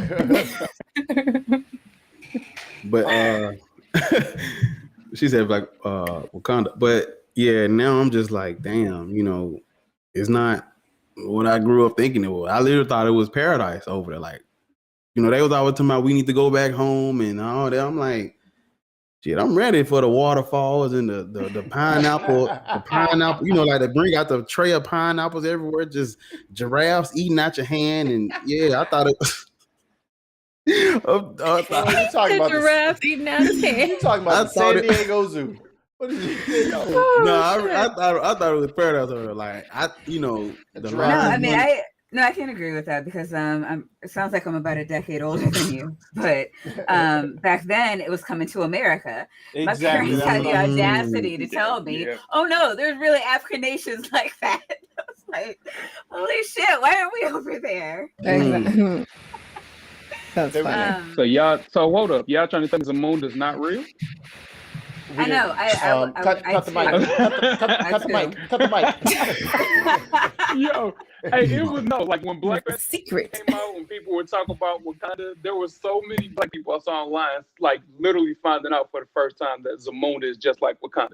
It's not real. Nah, man, But this was Zamunda. a thing. Nah, Zamunda right down the street from Botswana. I got a cousin that's You know, Lil Anthony and them. Lil Anthony from Zamunda, his uncle. You know Lil Anthony and them. Yo, like for real, like, and I guess this is some nerd history shit, but like I really would give it to motherfucking Stan Lee with that shit. They was like, well, he's from an African nation. We want to make him black, and like, but we don't know what to do. Stan Lee was like, make him black, but it's the Black Panther and like the Black Panther Party. So people like make him black and get the fuck off of my page because we gonna make this like Stan Lee was like, we don't care. Like we gonna make some racists mad. Good. Yeah, and that was like early issues. Right. I think he was in like Fantastic Four. yeah, and he had like a Fighting the secret- Klan. Yeah, he was whooping the Klan members' ass. Yeah, I have that issue. See, No, Delvin, yeah, I knew couldn't you was believe they cool. made that What? movie. I was like, that is ballsy, Marvel, but good on you. I think Stan Lee was like the ultimate like ally because he was like, wait, you mad? It's like we have comics of punching Nazis. Like you mad? Like of course we're gonna have some black people because they're people and we should make sure that we represent. Like wait, you mad because wait what? Stop reading my comics. Go. You're gonna get mad about this. Stop reading my comics. Yeah, I think my favorite thing that Stan Lee did was the X-Men because it's literally like it's a fantastic analogy for Black America. Yep. And so many people look at it and see these oppressed people and they're like, you know what? They deserve their rights. So I don't think that's fair. I mean, George Floyd, he did what he did, but these X-Men, come on. These guys are innocent. I don't They really just think wanna the be government loved. the government shouldn't be rounding up the X-Men for sure. Why is it up to the government what these people do? Come on. Like I always say that with culture, period. Like you look at all these things, all these movies, like you look at the districts and all of them, like the Mockingjay movies and all that crap. Yeah. And so many white people identify with that and like, oh my God, the oppression, it must be stopped. And then they turn on the news and be like, they're rioting again? What's their problem? Man. Yeah, I know that the cops keep shooting blacks, but did you really have to burn down AutoZone? Oh no. We burned down whole cities. There are cities that used to exist that don't anymore. That are not Yeah. there anymore. Did you know Portland doesn't Rioted. exist anymore? You know Portland Oh, doesn't God. exist anymore. It's There's just gone. like this blank area right over there on the coast. Portland doesn't exist anymore. It's totally smooth and gray, like it hasn't been like used yet in like on a video game like SimCity. It just hasn't been processed yet. Wiped from the face of the earth. Somebody has made a glass floor. This glass just gone. Like the Covenant. I always thought, well, the first things I would always see, watching TV about Africa was like, yeah, the Lion King. But then it would always be like the starving kids. Oh, the starving kids. Which is mine. Terrible. Oh, go ahead, Jenna. You go ahead. No. you That was go it. That was it. And it was just like, yo, it's terrible there because my mom, when I was hell, I must have been like 6th grade, 5th grade, something like that. She almost did a mission trip with hospitals over in Ghana, and I was boo-hooing because I didn't want to go to Africa. I don't want to go. I just made all these friends. You trying to move me out the country? Like I was devastated. I was so mad. We ended up not going. But looking back on it, man, I should have took my little ass over there. I'd have been, man, what y'all eating over here? What the fuck? It's Play funny. side. Y'all got drums and shit. Oh, this. It's funny whenever somebody mentions starving kids in Africa, I think about that scene in Hell's in a Bridge where Hell's is talking to God. He's like, "Oh, what is it? Who was it, Yahweh? What were your fingerprints? Was it the handprints? Was it the knee prints?" He's like, "Everything is part of a plan." Oh, what's part of the plan? Is it killing any kid and name any starving African nation? If so, killer plan. I was like, damn, they are really laying into this shit thick. But that was me like prepubescent little Mikey. Now I'm just like, how do I get over there? Because now I have to see, because you get so much bad information in a lifetime. So now I'm just like, I need to go and see for myself. I need to go and see for myself. Yeah, I don't know. I have a lot of people that, like in Baltimore, almost everybody in the healthcare industry is from like Africa or Jamaica. Let's say almost everybody, 50% at least. And they come here, like they'll go over there and they'll get educated and they'll come over here to work because they all say there's not a lot of jobs. But I mean, it's insane over there, like the culture and I don't know, their traditions. A lot of them are really I don't know, it's different, but it's beautiful. Like one of my workers went over there because like they were doing this thing for her mom, but it was like a Mother's Day weekend where they had like, I mean, it was like a wedding party just to celebrate her mom. It was insane. I'm like, why aren't you, like, she's showing me like her sister and her nieces and nephews and cousins, and like everybody comes out and, you know, I don't know, it was insane. I had never seen anything like that. And I'm like, I got these two ungrateful little brats just like sucking up air that they don't pay for. I'm like, I had to tell them, I'm like, Mother's Day is coming up, you ungrateful bitches, worship me. Oh, God. Now, this chick is getting the whole weekend. And I think that's definitely something that, speaking, like you were talking about culture earlier, being descendants of slaves, a lot of that is lost, right? Like we're missing that chunk of our identities, which is our cultural and ethnic heritage. So, man, I wish they were really just, you know, it's Juneteenth, so if you're out there, Black ancestry, y'all want to drop that price down a little bit, you know, get some discount, a little bit, just some discount codes, because $300 is a lot. And is it $300? For the legit. I did not know that. The only reason why I won't do the $300shit.com is because once they get your DNA, they can actually motherfucking market that shit. Not conspiracy, like no, it's in the terms. It's in the TOS that they can actually use your DNA code as part of a proprietary information. Yeah, anything they want to do is theirs now. Well, they caught that one guy, that murderer. I can't remember the details, but yeah, they actually caught a murderer because all of his relatives, or at least enough, had contributed. Yeah, and then they were able, with that information, they were able to whittle it down to him because he was like one of the suspects in that case. That's why I would be mad as hell. That's why Crimson like, nah, I ain't doing that. Y'all ain't catching me. Look, nothing I do is illegal. I'm not going down like that. You got to try harder than that, big boy. I guess. I guess at which country I'm from. You ain't finna get me. But does that resonate with anybody else? Like having that, not knowing exactly where we're from? Because being African American is one thing, but being Nigerian American is a totally different, it's a totally separate experience. Or from Ghana, or from Congo, or South Africa. Yeah. I didn't even find out like my dad was born in Alabama until the day of his funeral is when I found out. So like my history is Yeah, I don't know what I am. I'm Mississippi. I don't know. I'm from Missouri. That's what I know. Oh, you better not. See, I knew you looked like my cousin. Between you and Bars, we probably the three of us as cousins. Just saying. Because my family's Y'all- from Tennessee, fact, I'll tell you- and I grew up makes in St. sense. Louis. So All three of you wearing I was about glasses. to say I'm from shit. Texas. I'm not from Missouri. I take All that three of you back. got a hat on. Makes sense. I see it. the resemblance in the hat area. It's all So, this. like from It's all here this. to here, from here to here. Someone-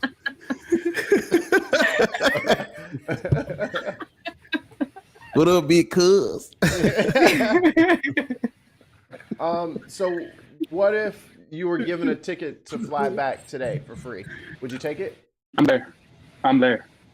Easily. Oh, yeah. Like I guess weather back to the like? question, like as a kid, I had no idea anything about Africa whatsoever. Oh my bad. Did I cut you off? My bad. No, She over here talking about something. What's the weather like? What's the weather like? Girl, don't nobody worried about you. I don't like the Hey sweat. Siri. You better put a Oh. bonnet on that thing and come on, quit playing. Get Wasting this free you a ticket. wave cap if you need it. See, I got Like mine. that. Dang. I Let me get pulled out myself a- a scarf. It's Growing up, Juneteenth. I brought out a fresh one. Right out the Drink pack. it up, bring it out. Yeah. No, but like growing up, like everything I knew about Africa was pop culture. Like the first time I even heard Africa was watching Boys in the Hood when he called him an African booty scratcher. That was the funniest shit I ever heard in my life. I And remember up to that. that point, so like the Lion King and then National Geographic, that was Africa to me. So growing up and learning more is like, oh, this. So yeah, all y'all show us is people in huts, but they got cities. Like that's wow. Yep. Who knew? Lagos is Like full. bustling cities. Lagos is full of millionaires. Who knew, right? Right. And Wow. then like what really changed my perspective is like I don't know if y'all know I live in Hawaii now, but I moved here from Korea. I lived in Korea for almost 3 years. So going there and like having my expectations completely shattered and just finding out, oh, this is a place that has cities and humans, not a bunch of anime characters. Like there are people here. Like, you know what I mean? So like I would take an opportunity to visit pretty much anywhere on the planet as long as I'm not getting shot at.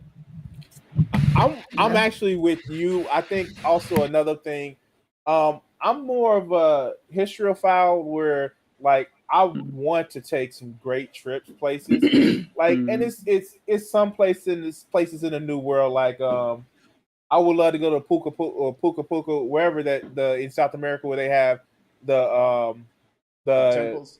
the temples. I mean, like, I would love to go to see the old walls of Timbuktu. Like the old, because there's still areas where you can actually see the Maui Empire, like where it was one Maui emperor who had more money than Jeff Bezos in relationship to how if you would actually track his wealth. They said that this man went on a trip across the big sea and never returned. So what you're saying is like that money is buried somewhere. No, we gotta go. Get that. Find it. I'm just saying it was dated to right around the time that the Mayans and the Incans start seeing people with African features. I'm just saying, I'm not saying. But places like, and I know it's more Middle Eastern, but it was still affected by the people in Nubia and like the temples in the Great Pyramids in Egypt. Like I would want to take a trip around the world of those great areas where they didn't think we were able to be. Machu Picchu, that's what it was. Where it's Nachos Belgrande. Go stand in the corner. Stand in the corner. Dang. I deserve that. Like, or even see some actually great cities like Johannesburg is actually pretty nice. And, you know, once we got rid of the whole apartheid thing, some black people started being a little bit treated better. Even though like it's almost out of water, but still, it'd be great to see the city. Like I would love to take, as long as I'm in a place where I'm not getting shot at, I will take a trip. Amen. Jena, where are you going in Africa if you can go? Put her on the spot. You sure did.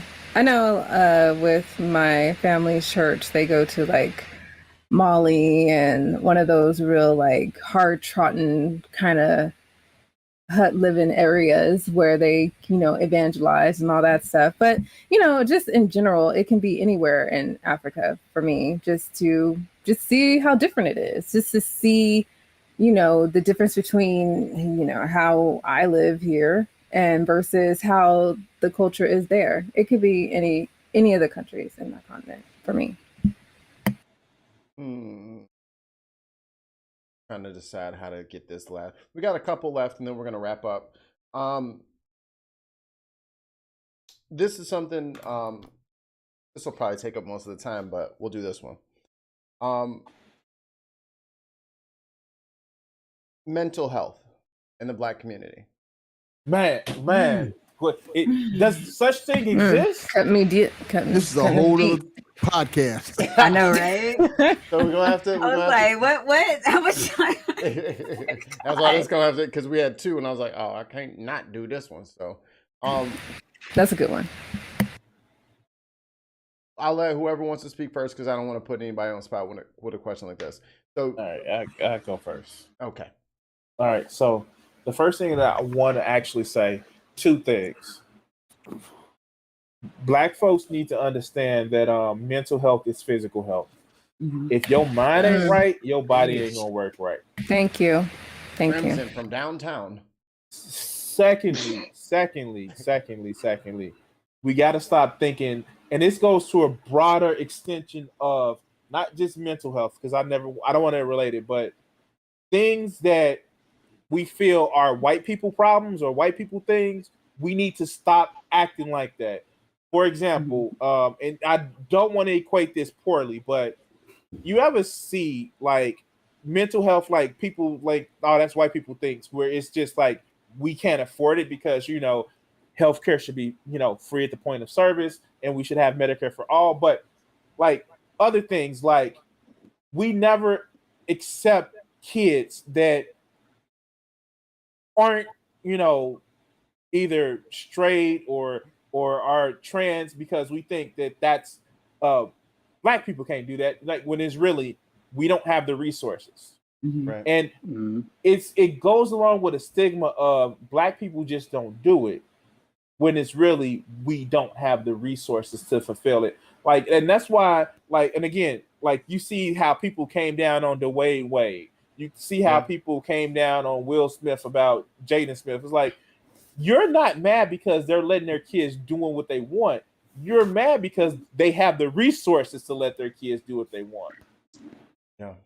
And I like, part of it is like we are pushed to the edges of society where we don't have jobs that actually facilitate healthcare where counselors are available. We don't have jobs, and then we look at people where they do, or it's like, oh, you're just letting your kid do this, or you're just doing this. It's like, no, they have the resources, and it goes to a class struggle as well, because what we need to fucking do is push for the same resources. Once you see where Black people get the same access to resources that more middle class Black people have or white people have, then you will start to see that perception change. But until then, it's a post hoc rationalization of what's going on. Oh, we don't do that because it's just not Black. No, you're not doing it because you don't have the resources. But once you start getting those resources, then it'll become more acceptable. I agree. 100%. There's so much into this. Like, it's one of those things where, like you said, you have your ad hoc excuse. Black people don't do that. That's that white folk shit. And that doesn't just come from a lack of resources. It comes from a lack of understanding, because we've always been marginalized to the nth degree. So if you say as a Black person, I need to talk to somebody, are you crazy? He must be crazy. That's that white folk shit. He crazy. You get stigmatized in the Black community. You need to go get a job is what you need to do. You need to harder. You need to talk to Jesus. Give it to Jesus and let it go. You gotta pray about it. That shit don't work. And like my theory I talk to my wife about this all the time. I feel like Black people need therapy more than pretty much anybody, especially Agreed. Black people that grow up in the inner city. Because not only do we have our generational trauma that's blended into our DNA, every generation before us has given us trauma.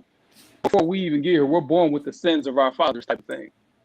So we have that, and on top of growing up in the inner city, you're going to experience trauma. To you, it may seem normal, but it changes the chemicals in your brain to react to things differently. That's why you see so many Black men react snap quick over a prideful situation, because you haven't dealt with trauma. You think this is the way you're supposed to be. No, you need to deal with your issue. So it's something that we really should address, and like that whole Medicare for all thing, that would be that's a big step. Mm-hmm. I don't understand how the hell Bernie Sanders isn't the 46th president, or how he wasn't the 45th. I don't understand Black people in this vein. I don't get it. I'm not, and I can definitely speak to that. A lot of it is they didn't think that he was going to win. Mhm. That's why South Carolina switched for Biden. And the sad part about it is, and I'm going to be very fucking honest.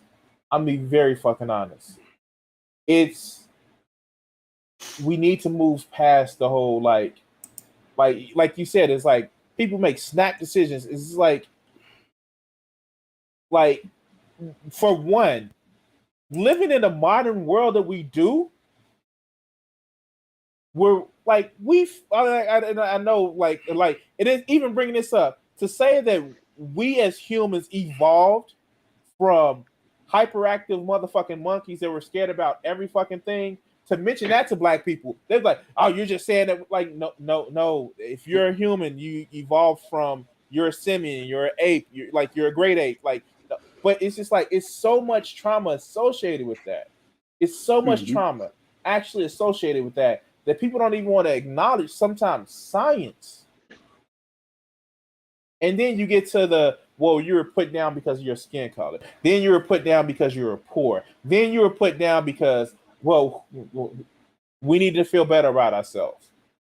We need to break this stigma. Like, I've seen a counselor once or twice because it's something that, like, you can't handle this shit on your own. And I'm sorry.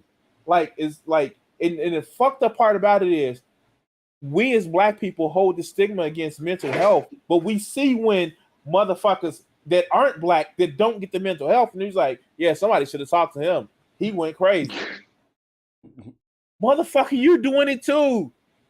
And I think even if it's not to the point of like snapping and having like that snap moment, hypertension is a motherfucker.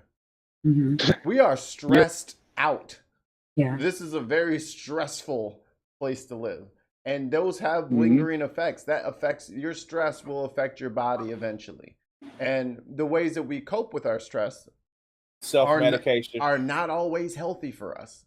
They're not always the best thing you can do for you. I'm not drinking today, but when you're super upset about things and you don't know what to do to get out of it and you're feeling overwhelmed, we are very quick to turn to substances to mask the pain and to mask the trauma, when it would probably be cheaper to seek out therapy.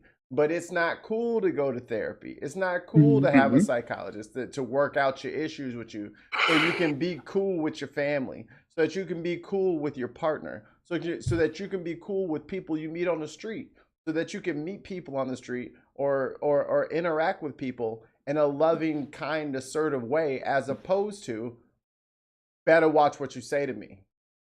Man, so you can be cool with yourself. So you can be cool with yourself. Yeah, we need to destigmatize that. It takes a lot of education. I mean, it took a lot of time for the white people to come around to it too.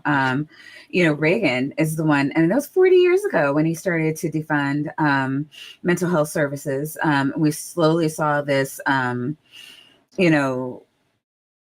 movement of people, the mentally ill, onto the streets, into the jails.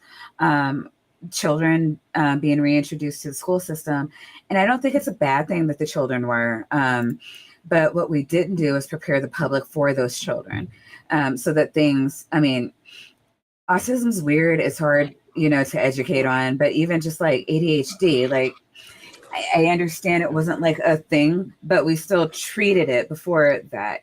And we're letting all these people that have always existed into the greater society. And it's just like, well, they'll be fine. But we're not preparing them or the public for these people. So now we have all these assholes talking about like, anti-vax and, oh, something happened. Oh, but it couldn't be, God King Reagan, because the 80s, that was the greatest era ever for the United States. Ronald Wilson Reagan, 666. Doesn't that offend you? We're not going to get into the okay boomer conversation because I fucking hate it. Okay, I'm sorry. Almost. Man. No, I'll wrap it up. But like, we need to do. I mean, so the onus is on us to destigmatize that. And I think Crimson, you were saying something about like not willing to really come to terms with the fact that you need help. But in the Black community, it's like asking for help is a weakness. Like you don't want to do that because you're seen as less than. I don't need no help. I got this. And I see that way too much. And we need to make it okay for people to get the help they need, for people to ask for help. It's not, or even in American society, it's not a handout. It's not like, I mean, like one of the biggest problems, not just with Black people, this is on the wider American society. This hyper individualism that is fucking us over. Yeah. This hyper, like I can stand up and I do bad by myself. And like we as Black people have internalized that because we've been told through various right wing and even some of our own to say, oh yeah, if Black people just act better, if Black people would get married and have families, where it has been studies that came out that Black fathers spend more time with their children, married or unmarried, than any other racial groups. That's because. Well, how many of you pulled yourself up by your bootstraps? I reckon that's what Bootstraps. I reckon that's what they need. That's what they need to do. They need to be pulling themselves up out of that poverty by their bootstraps, snowflake. Not snowflake. Bar, you have a lot on your mind. I see it. Oh yeah, he itching. He itching. He's just waiting. This. See? Tell the truth, shame the devil. I don't like to talk about this because I've been doing this thing where I'm trying to act as my own counselor and it's not working. And it's like sometimes like I got people who sometimes I wish I could just be like, I need some fucking help, but they they need help too. How the fuck they gonna help me? Like my mama.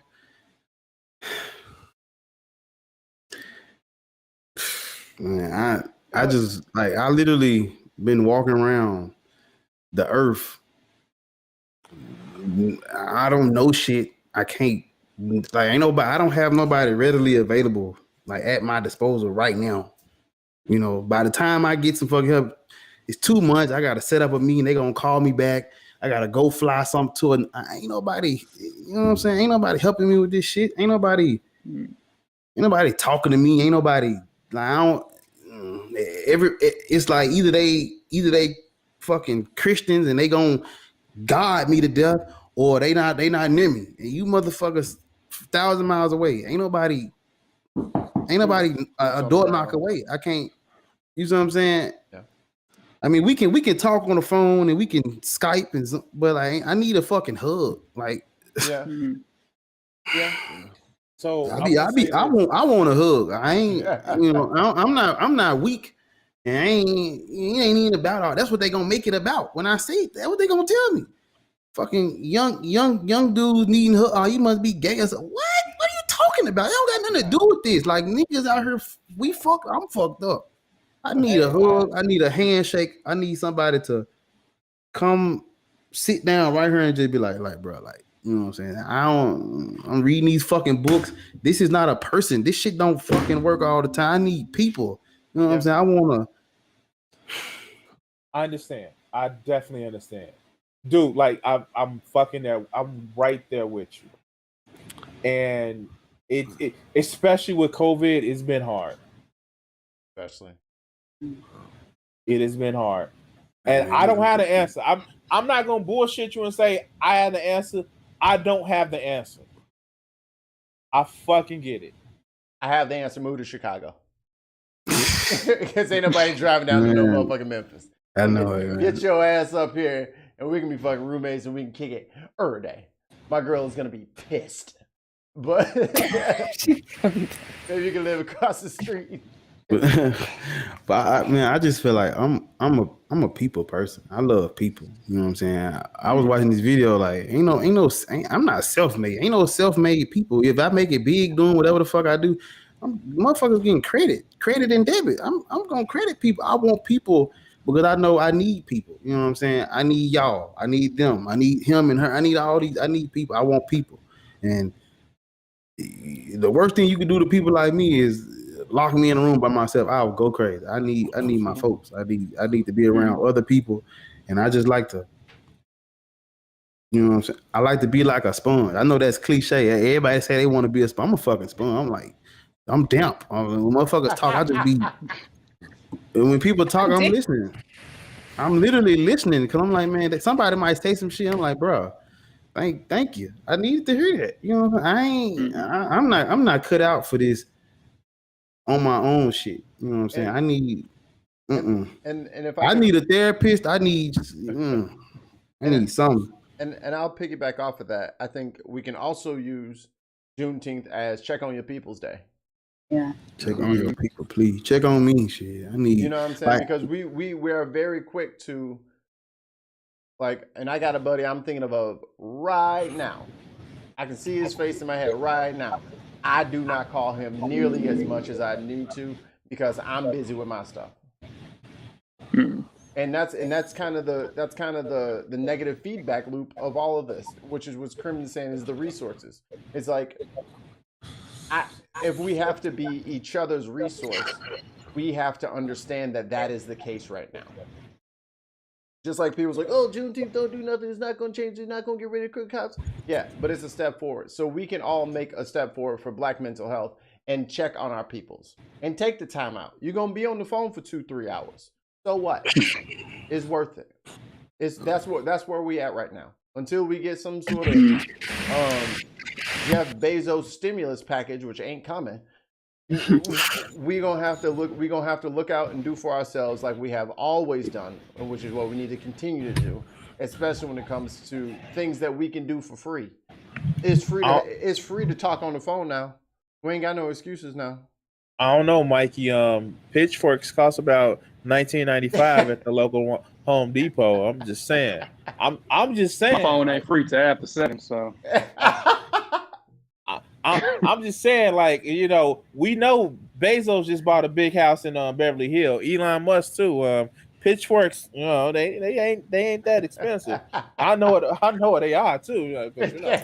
Aisle 17. Wait, isn't Bezos the one that bought the $1 billion yacht or something? Yeah. Mm-hmm. It has a yacht that has a yacht. Yeah, there's a yacht in the yacht in case you need to take the yacht to. Look, not be in your yacht. Look, I'm in the same situation. My yacht has a yacht. I can't always dock the big yacht at these little ass ports. So that's why I got the little yacht so I can get to the port. And then I anchor offshore. Just like you know, Betsy DeVos. Yeah, but you know what? The motherfucker's still partially made of wood. And last time I checked, oh, look, another subject. Hey, for a second, I thought you was talking about Betsy DeVos being partially made of wood. I'm like, oh, shit, damn, I didn't even think about that. Yeah, she explain some shit. The pedo do look like he made her ass. If it's one thing, if it's one thing, just to bring it back, just feeding off of what everyone has said, it's just, for me, I know that doing this, speaking to all of you, doing the stuff I do online, doing whatever it is that I do on the internet, because internet's bad. These aren't your internet. If people on the internet aren't your friends, bullshit. I have been as close to people I have met online. None of y'all have met in person than I have ever been to family in most cases. Some of my deepest secrets, some of the things that I feel just comfortable sharing. And without that release, if I didn't have this for myself, I don't know where I'd be. I'd be really broken. I'd be really just desperate, clinging on to something in my head all the time for several years. It's been a teeter for me, in and out of faith, because I would just have conversations with myself. Who can I openly talk to? I didn't know anything like that. It's a baby. It's a baby. Hi, baby. Okay. The whole point with religion is that community-based thing, talking to people, sharing, communicating, all that stuff, fellowship. Same thing here. Same thing what we're doing now. And unfortunately with COVID, we lost a lot of folks, but it also brought people closer. It brought us closer. It brought a lot of people doing more live streams and reaching out to more people and finding out more people and understanding how our connections are. And, the unfortunate stigma, especially, and I can't speak for Black men because I'm not a Black man. I can only speak for Black women, especially for Black women, and especially within the church. I find that it has its own kind of toxicity when it's, even though the man is the head of the household, the woman is known as the neck. She anchors everything. She controls the house. She controls this, that, and the other. And to show weakness as a strong Black woman of fearing God, God-fearing, of faith, blah, blah, blah, blah. I can't fathom how much I see on my mother's face, how hurt she is, but how fearful she is of shedding a tear, because that shows weakness. That shows she's less of that strong, God-fearing woman. And it's like, wow, you need someone to talk to. Yeah. Not just her daughters. You need an actual person to talk to, not your God. You need someone specialized to talk to, and to talk that down and make it seem like, oh, you're a weak person for wanting help that's not up there. It's just so detrimental to someone's thinking on things and just health overall, because if we don't have that physical connection, if we don't have that connection where we can just share and openly feel comfortable in our own skins, how do you get through life? You don't. Struggle. You don't. And it's just a painful, elongated existence that is completely unnecessary. And I think, well, I will vow this on this day. I'm going to do better looking out for y'all. And that's all of y'all, even y'all watching. I'm going to do better in looking out for y'all. Because we have to. Because y'all are important to me. And I know you would do the same. So, any other thoughts? I'll take that pledge. Yeah. Any other thoughts on this, Delvin? Did you want to dip in anything? Yeah, it's kind of rough because this is a difficult topic to talk about because it's always been a stereotype that Black men have to be strong, and they kind of make that like you have to be strong and silent. So everything that comes your way, you just have to kind of take it. Yeah, and you can't show emotion. Like I grew up in a family that shit would happen. Can't show emotion about it. Like I give a perfect example. And it affects me in a profound way because in the past 3 years, I've lost both my uncles and my grandfather all in 1 year. And in that time, my family looked at me to be the one to be strong for them, to not cry, to hold everything down. and not show emotion, because if I showed emotion, they would fall apart. And I know being that person holds a lot of weight. Yeah. Especially when you're expected to be that person. And I think that is hard. Honestly, it's just really hard. It's like kind of like when you're that person in your family and you don't have nobody that can hold you down like that, it takes a lot of pressure and weight on you, and it's just difficult. I think people don't realize that being manly doesn't equate to being black, being a black man. I think they kind of make both of those kind of like one and the same, but it's not. You know, black men should be able to say, hey, I'm fucked up right now. I need help. But that's not what they allow us to do. They don't give us that grace. They don't give, they always give the black men the thing where you have to be strong, you have to just take everything that's given to you. And black women, you have to hold them down. Black women need help. Black men need help. We need, not only do we need to be there for each other, but we need to get the help when we need to get the help. Like sometimes, like that's why you have situations where you have guys go crazy and snap and can't control their family because they're dealing with a lot. You have these cases of domestic violence and these cases that only go from the father to the wife and the wife to the kids. It goes on generational because they don't get the help that they need. And that stuff, if you're not getting the help you need, it goes down from the father to the wife to the kids, and the kids pass it on to their family, and that's it's all just they know. That's all they know. And like I said, I grew up with mama getting the switch from the tree. Mama grew up with her grandma getting the switch from the tree. I made it a conscientious effort to break that with my kids because I didn't want to raise them to be fearful of me. Yeah, I want them to know that they have a father who is going to guide them down the right path and not guide them with fear.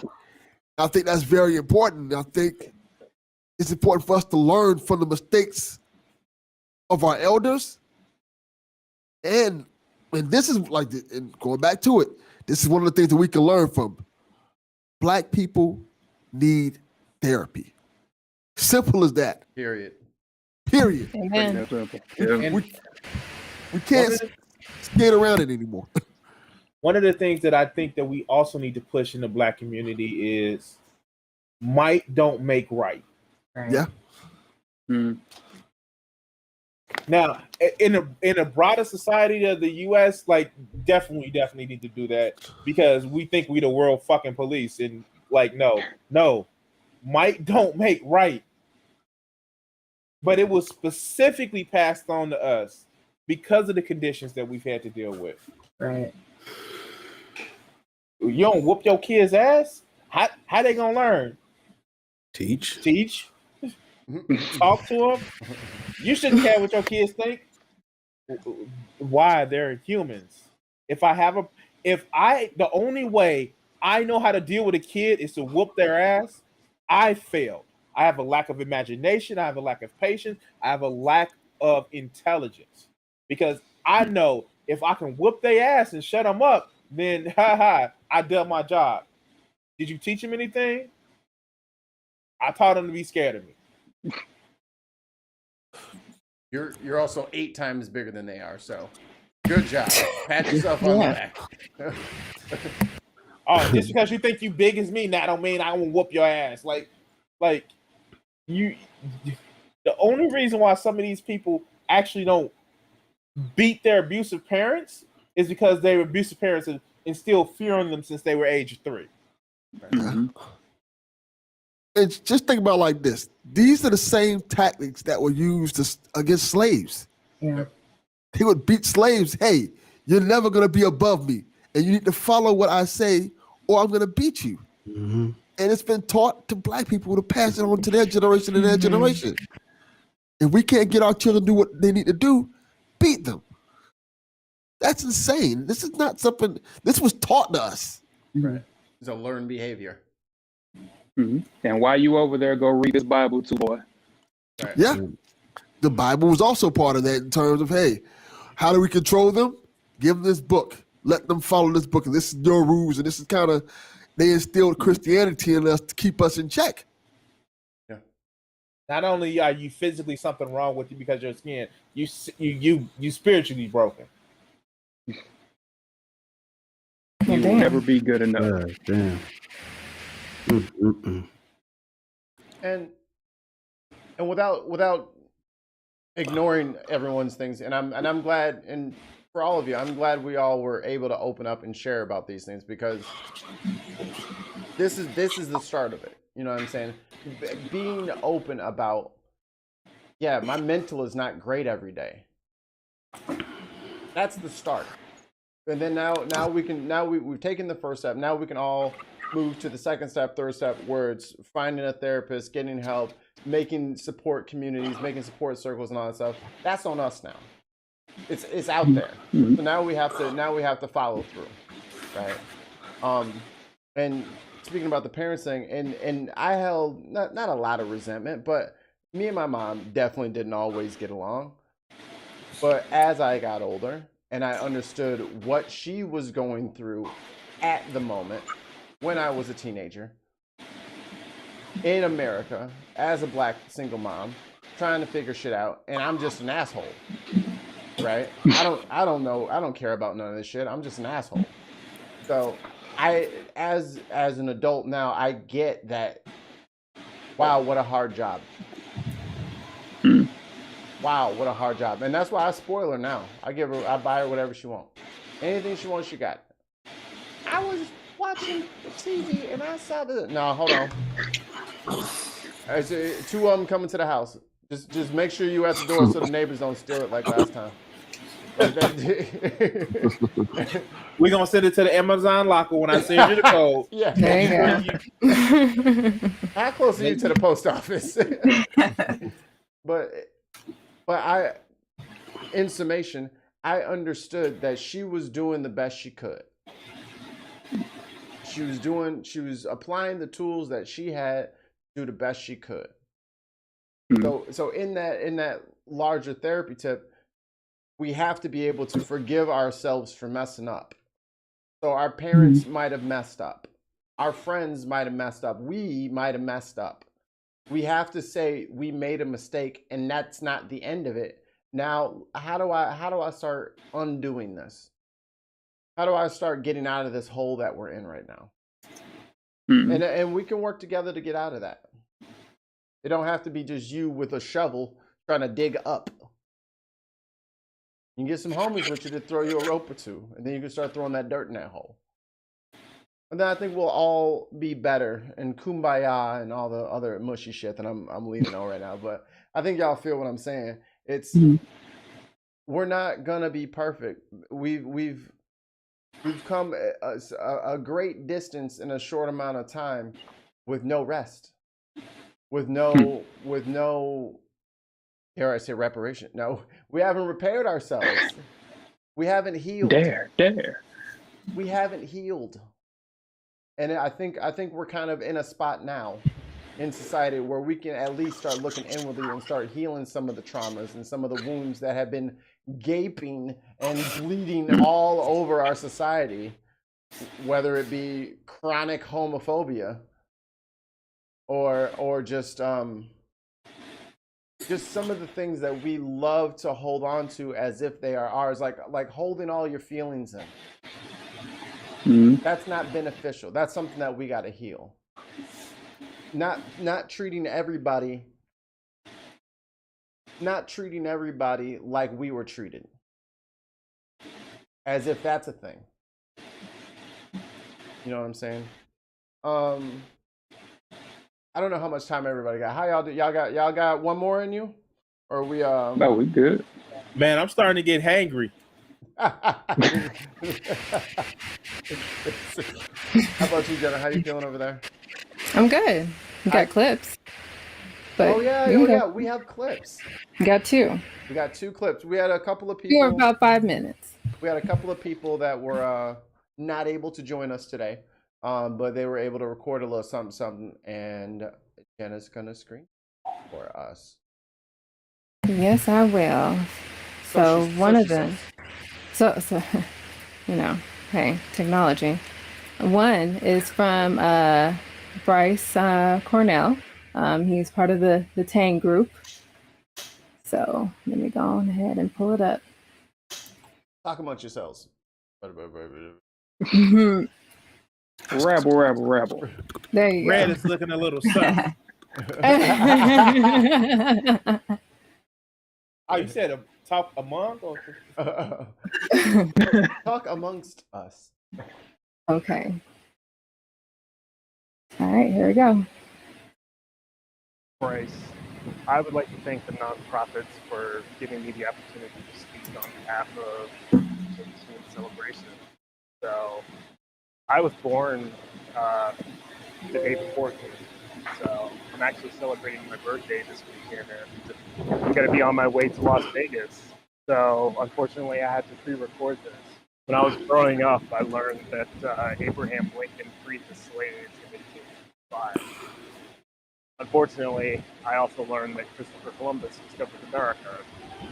Neither one of these things is true, it turns out. Abraham Lincoln signed the Emancipation Proclamation in 1862. Unfortunately, it wasn't enforced, and Texas was one of the states that didn't enforce it. They were actually able to maintain slavery. It wasn't until June 19th, 1865, that slavery was officially abolished in Texas, meaning that it was abolished officially in the United States, at least on paper. I'm happy that the celebration of Juneteenth is becoming more popular, that it's becoming recognized as a celebration of emancipation. I only wish it were more. As a Black person, what's your favorite thing about yourself? This is a weird question to me because I don't really think I have a favorite thing about myself. I try to avoid self-adoration as much as possible and really leave it to other people to judge my character. So, but I will say that I consider myself very fortunate and content where I am in life, and I think that that doesn't really relate to my Blackness so much as me being fortunate enough to take advantage of some opportunities that I was presented, being in the right place at the right time, being determined, being willing to see things through, and also having a social network available that allowed me to accomplish those opportunities. So that doesn't really relate to my Blackness so much. It just relates to kind of the opportunities that I was able to take advantage of that a lot of other people were not. What does Black dysphoria mean? And is it something that I've ever actually personally experienced? The idea that people are ashamed of being Black or uncomfortable with their Blackness, possibly because of the way their race, the Black race has been treated, or that they've been marginalized. Maybe they were made fun of for being dark-skinned. This isn't really something that I've experienced myself, but at the same time, I do recognize that just as we have white privilege and that it's a very real thing, light skin privilege is real too. And it's possible that I just haven't faced the same kind of struggles as a lot of other Black people in America would, just due to the fact that I don't present as Black as some other people would. I've always been very proud of Black history, Black culture, being part of a culture that is so rich and so storied, from the athletes that we have to the celebrities, the entertainers, politicians, civil rights leaders. Black people have done such great things in the world and in America in particular. So I'm very proud of that, and I would hope that other people would be too. I don't really talk about being proud to be Black because I don't think you should really be proud of your race, but at the same time, you shouldn't be ashamed of it either. We didn't choose what race we were. That was just something that we were born as. So, not something to be proud of so much as it is something to avoid shame over. Be proud of your heritage, be proud of your culture, be proud of what Black Americans have accomplished in the world, especially given everything that they've gone through. And be familiar with Black history, including Juneteenth, the celebration of emancipation. So, thanks again to the ACA for giving me this opportunity. Thanks to the nonprofits. I really appreciate it. And I'm glad that you guys are spreading the word I'd like to give a shout out to everyone in Austin.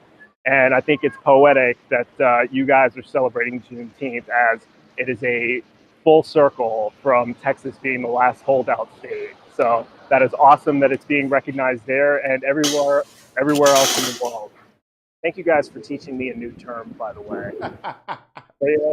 Something I will definitely be adding to my vocabulary. I would like to do a little bit more research about this, and hopefully I'll be able to recognize it the next time, the next time I encounter someone who may have that. So that's really cool. I'm glad I was able to look that term up. So thank you guys. I'm definitely glad he was too. I made it up. Should we tell everybody that you made it? Well, all right. A final one. This comes from someone that is, I guess you could say, one of the few leaders that we have for Black Nonbelievers, is the actual founder and president of the Black Nonbelievers, and that is Mandisa Thomas. Hello, I'm Mandisa Thomas, founder and president of Black Nonbelievers. I am so happy to be joining you this Juneteenth weekend. I would say that my Black identity is very, very important to me, just as much as being an atheist is. And the one thing that I'm very, very proud of is knowing that I come from a lineage of ancestors who are very strong, creative, and that we have survived so many odds against us. And I am very, very proud to carry on that legacy. And I think more of us, the more we honor that, the more we honor our Blackness and what we have overcome, it will truly help people understand who we are, where we come from, and where we're going. Um, I wouldn't say that I experience any Black dysphoria or this feeling or this feeling of discomfort with being Black, but I have felt a sense of isolation and a sense of discomfort at times within my own community. I knew in other ways that I was different, and that I felt sort of out of place, like the black sheep, if you will.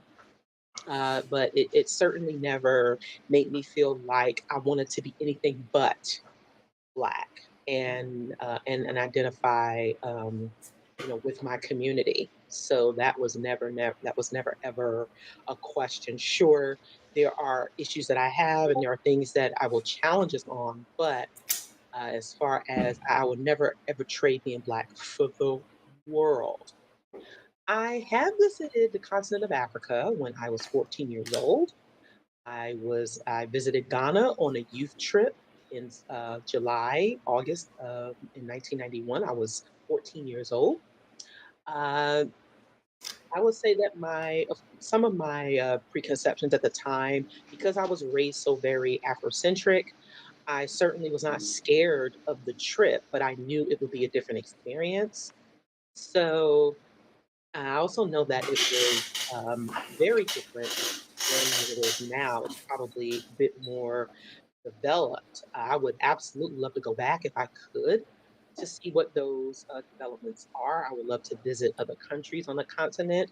And I would also love to connect with our fellow brothers and sisters who are leaving religion behind, because I know over there it is still a challenge. So it would be awesome to meet with more of them. I would say also too that our mental health for ourselves is extremely important. We must continue to improve on our health, especially since in our communities, mental health is there's still a stigma around seeing a therapist and taking care of ourselves emotionally and mentally. And it is absolutely crucial for us it has benefited me in my personal life. I recently, as of last year, started seeing a therapist full time, and it has totally helped reshape my outlook. It has helped me with improving on myself, establishing boundaries, and realizing that there is much more power that I have and control that I have over my life. And also it has helped with recovering from some traumas that I had. And I think that for all of us, especially within the Black community, we could certainly benefit from recovery, from generational, societal, and also personal traumas. I think this is absolutely important for us as we move forward. Thank you all very much once again for tuning in. And I hope you enjoy the rest of your Juneteenth weekend. Continue to learn more about the celebration, bask in your Blackness, and also in your atheism. Bye-bye.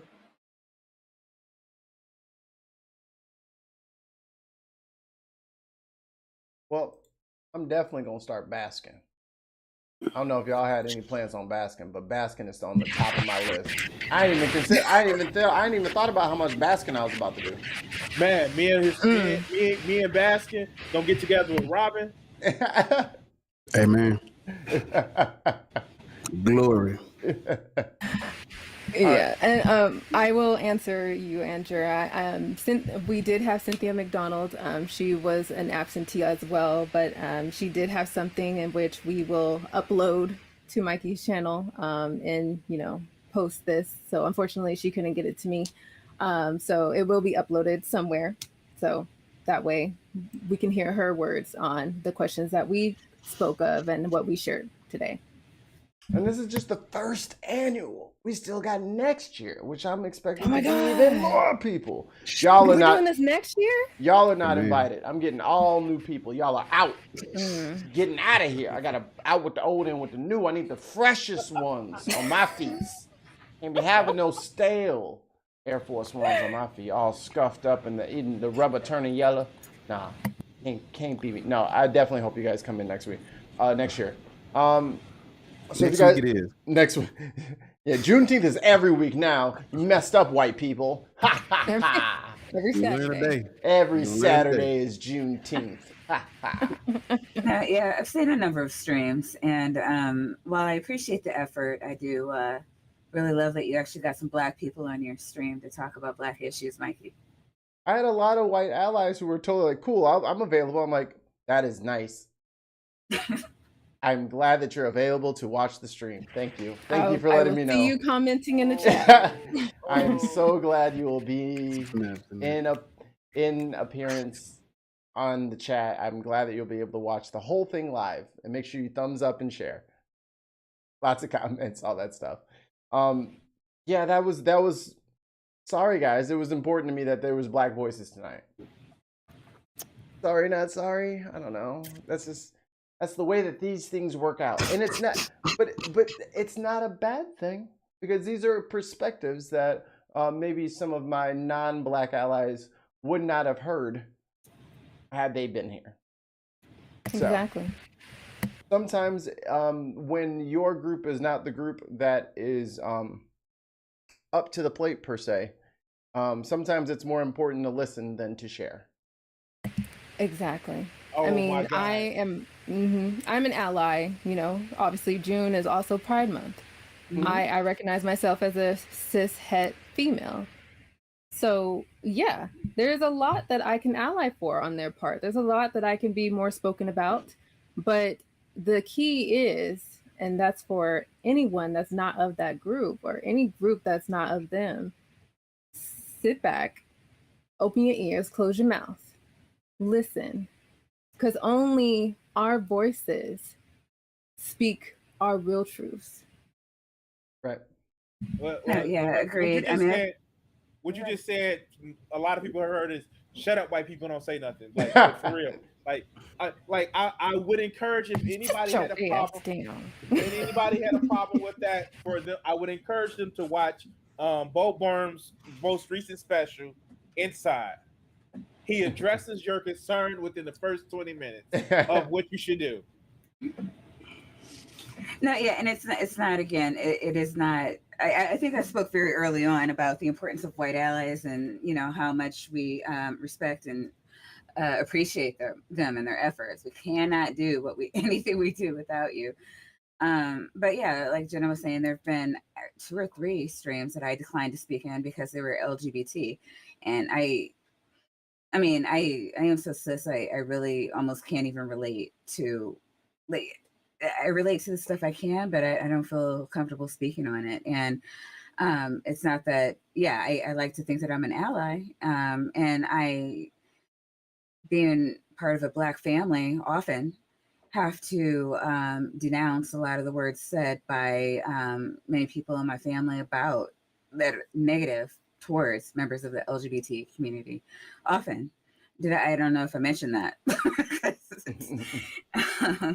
It just find their ways sneaking into conversations. I don't even know how that happens, but I'm an ally and I will speak up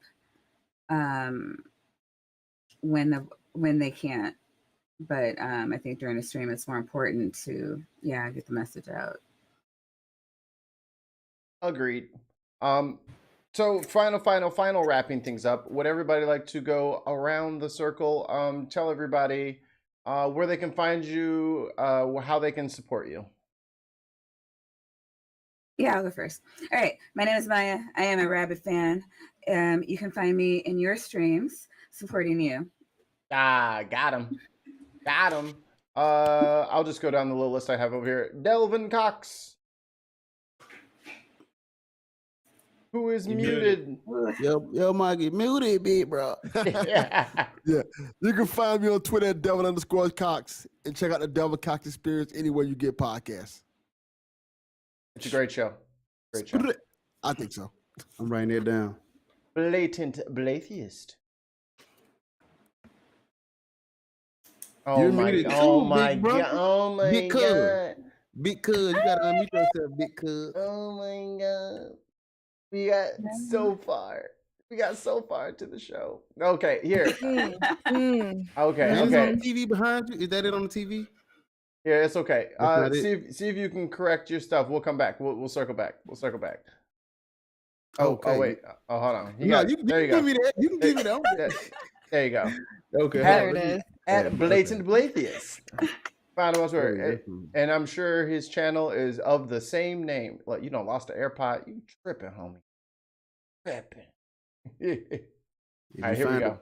Oh yeah. See, okay. Listen to me. Listen to me. I'm 27 subscribers away from 1K. And you can find me on YouTube at Black Atheist Rent. That is at Black Atheist Rent. You need to go subscribe and watch my shit. A lot of it is rough, but you'll get through. I'm holding you. Crimson. Hello, everybody. This is Crimson 60620, other known as Crimson, and I want to say that if you want to get some crazy ideas from a leftist that you should not fuck with, you can check out my YouTube channel, my Twitch channel, or if you want to get some great art, you can check out my Etsy page at Lone Sage Art. But I am not the leftist you want to fuck with. That's more than 3. He said, I'm taking all the rest of my F's now. Like 40 fuck, man. There she is. Hello. You can follow me on Twitter at Jena_BFA. I share a channel, International Free Thinkers. We just recently broke our 100 subs. So, that's a milestone and it's good. And, the small little community that I've built and share with my friends is all the more of it just being great. So I continue to do it as little as it is. Also, I'm a part of the Atheist Community of Austin, the nonprofits on Sundays in the afternoon at 3 p.m. I'm occasionally a host or a guest or anything like that. So, but yeah, that's it. And y'all tell that I really enjoyed that Bernie Mac part in in the Kings of Comedy. Hold on, are you talking about the Mick and Cookies? That's what you're talking about? No, the motherfucker. Oh, yeah. Him downstairs. You might hear the. Who the fuck is Yeah. him? I love me some Bernie Mac, man. Rest in peace, Oh, man, the Bernie. GOAT. Man, that Bernie Mac get you right, get you where you going, man. I still call every little girl I see, I'm like, baby girl, come here, baby girl. And I'm Mikey Famine. You guys know me because you're on my channel, so I guess I don't have to shill today. Nice. I don't know you. You know what? All the flowers to you, Mikey. This was your idea. You saw this vision. You wanted to bring, the voices that we have in this community. Mm-hmm.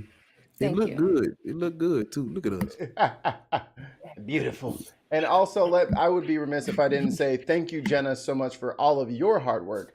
She's the one who put together the skeleton. She made the intro. She did a lot more work than she's ready to take credit for. And I thank you so much for your intrepid work in this, our first annual Juneteenth celebrating Blackness. So for me and everyone else on the panel, thank you guys so much for hanging out with us and watching. We will see you guys next year. And remember, y'all, stay black. Is it over? Is it over? Oh.